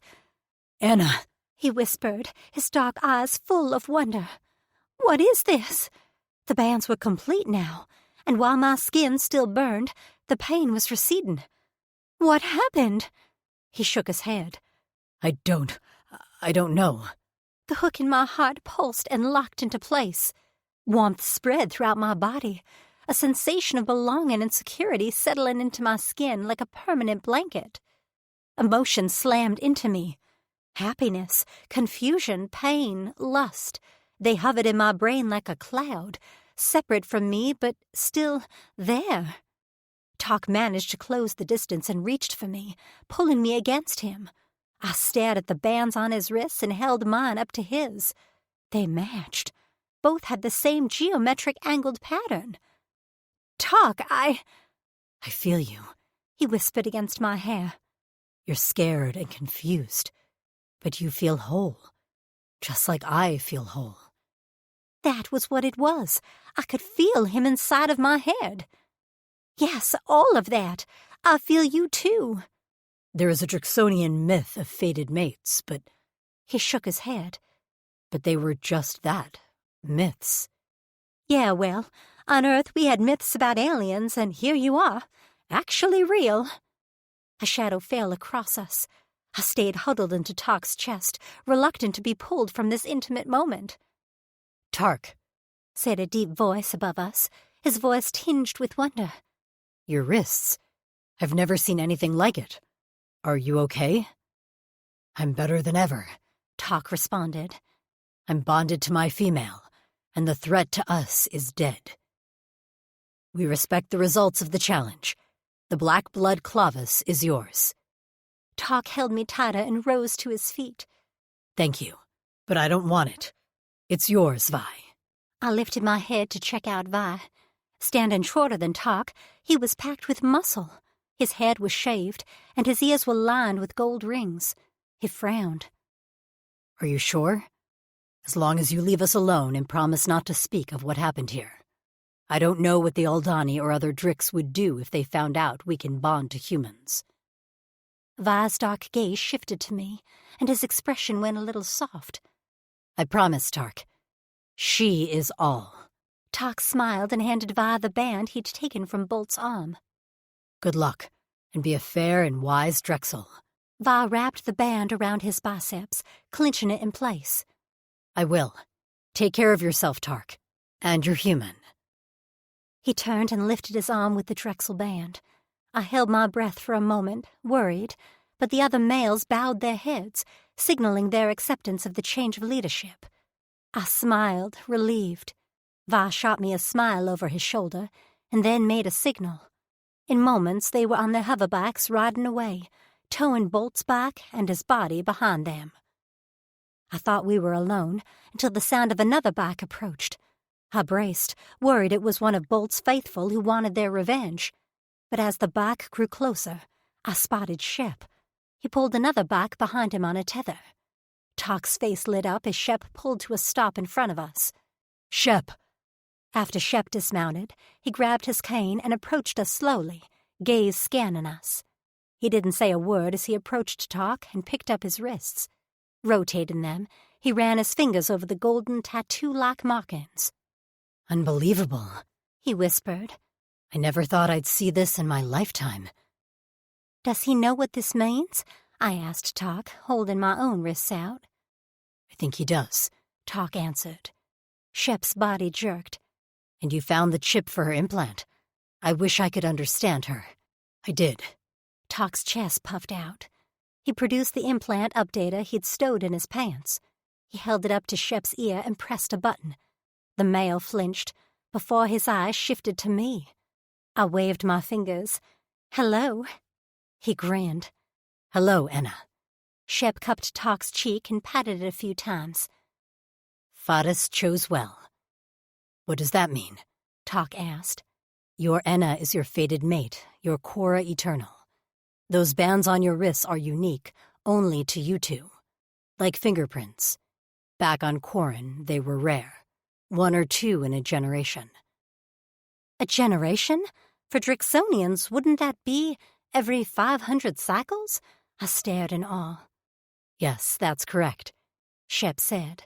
For us, we worship no god and believe only in Fatas, who alters her plan to allow us to prosper. He shook his head, and his voice shook. For so long, many thought she was punishing us. But this, he gestured to our wrists. This means she has given us hope again. By giving us something to live for, to protect our females, Talk asked. Not only to protect them, but to continue the procreation of our species. I sucked in my breath at procreation as Shep went on. Those wrist marks proving she's your Korra Eternal means you are compatible to breed. I nearly choked on my own spit. I can have Drixonian babies? Shep nodded, and then his expression turned dark. Tark, it's even more important now that you separate yourself and hide her away. Maybe the Oldani know already, but if they get their hands on a human female, it won't be long before they find out. He pointed to the bike he'd ridden on, and I now recognized the second bike he'd towed. I brought your bike. Talk looked like a kid who'd been reunited with his puppy. You did? Shep held out a small screened device. Here is a comm. If you ever need anything, I'll be available. Anytime, anywhere. Talk took the comm and slipped it into a pouch on his belt. I will, Shep. Maybe you can come visit us, I said. You've done so much for us. Shep gathered me in his arms. Talk stood nearby, tense but allowing the touch. I rolled my eyes at his anxiety over another male touching me. Shep pulled away and ran his hand over my hair before releasing me. Maybe I will. I've decided to go Lonus as well. Take some time to travel around. This changes everything. Talk nodded. I will let you know where we settle. Come by and see us sometime, old man. The 2 males hugged, and then Shep untethered Talk's bike from his own. I didn't miss a large pack on the back, which Shep must have packed for us. With a final wave, he took off into the distance, leaving us with a crashed spaceship, a hoverbike, and still many more questions. Talk stared off into the distance after Shep's bike. I slipped my fingers into Talk's and squeezed. "Are you okay?" I asked. I knew the answer. I could feel his emotions in my head. He was a little sad, but mostly feeling determined. He glanced down at me, and his expression cleared, warmth filling his gaze. I'm good. I will heal. We have an expression left over from our civilization on Korran. She is all. I knew it but never fully understood it, and now I do. You are all, Enna, and as long as you are with me, I will always be okay. Me too, I said, nerves fluttering in my chest like a flock of sparrows. So the plan is? The plan is we get on my bike and we ride. We land wherever it feels right. We land wherever it feels right, I echoed, excitement spiraling in my blood. Let's do it. As we soared over the blue grass and green dirt in his bike riding toward our future, I decided maybe I was exactly where I was meant to be. alien planet with an alien mate and all. This concludes The Alien's Future by Ella Maven, narrated by Heather Costa and Jeffrey Kafer. Copyright 2020 by Ella Maven. This unabridged audiobook is published by arrangement with Ella Maven, care of Corvisiero Literary Agency, and was produced in the year 2024 by Tantor Media Incorporated, a division of Recorded Books, which holds the copyright thereto. Please visit tantor.com for more information on our growing library of unabridged audiobooks.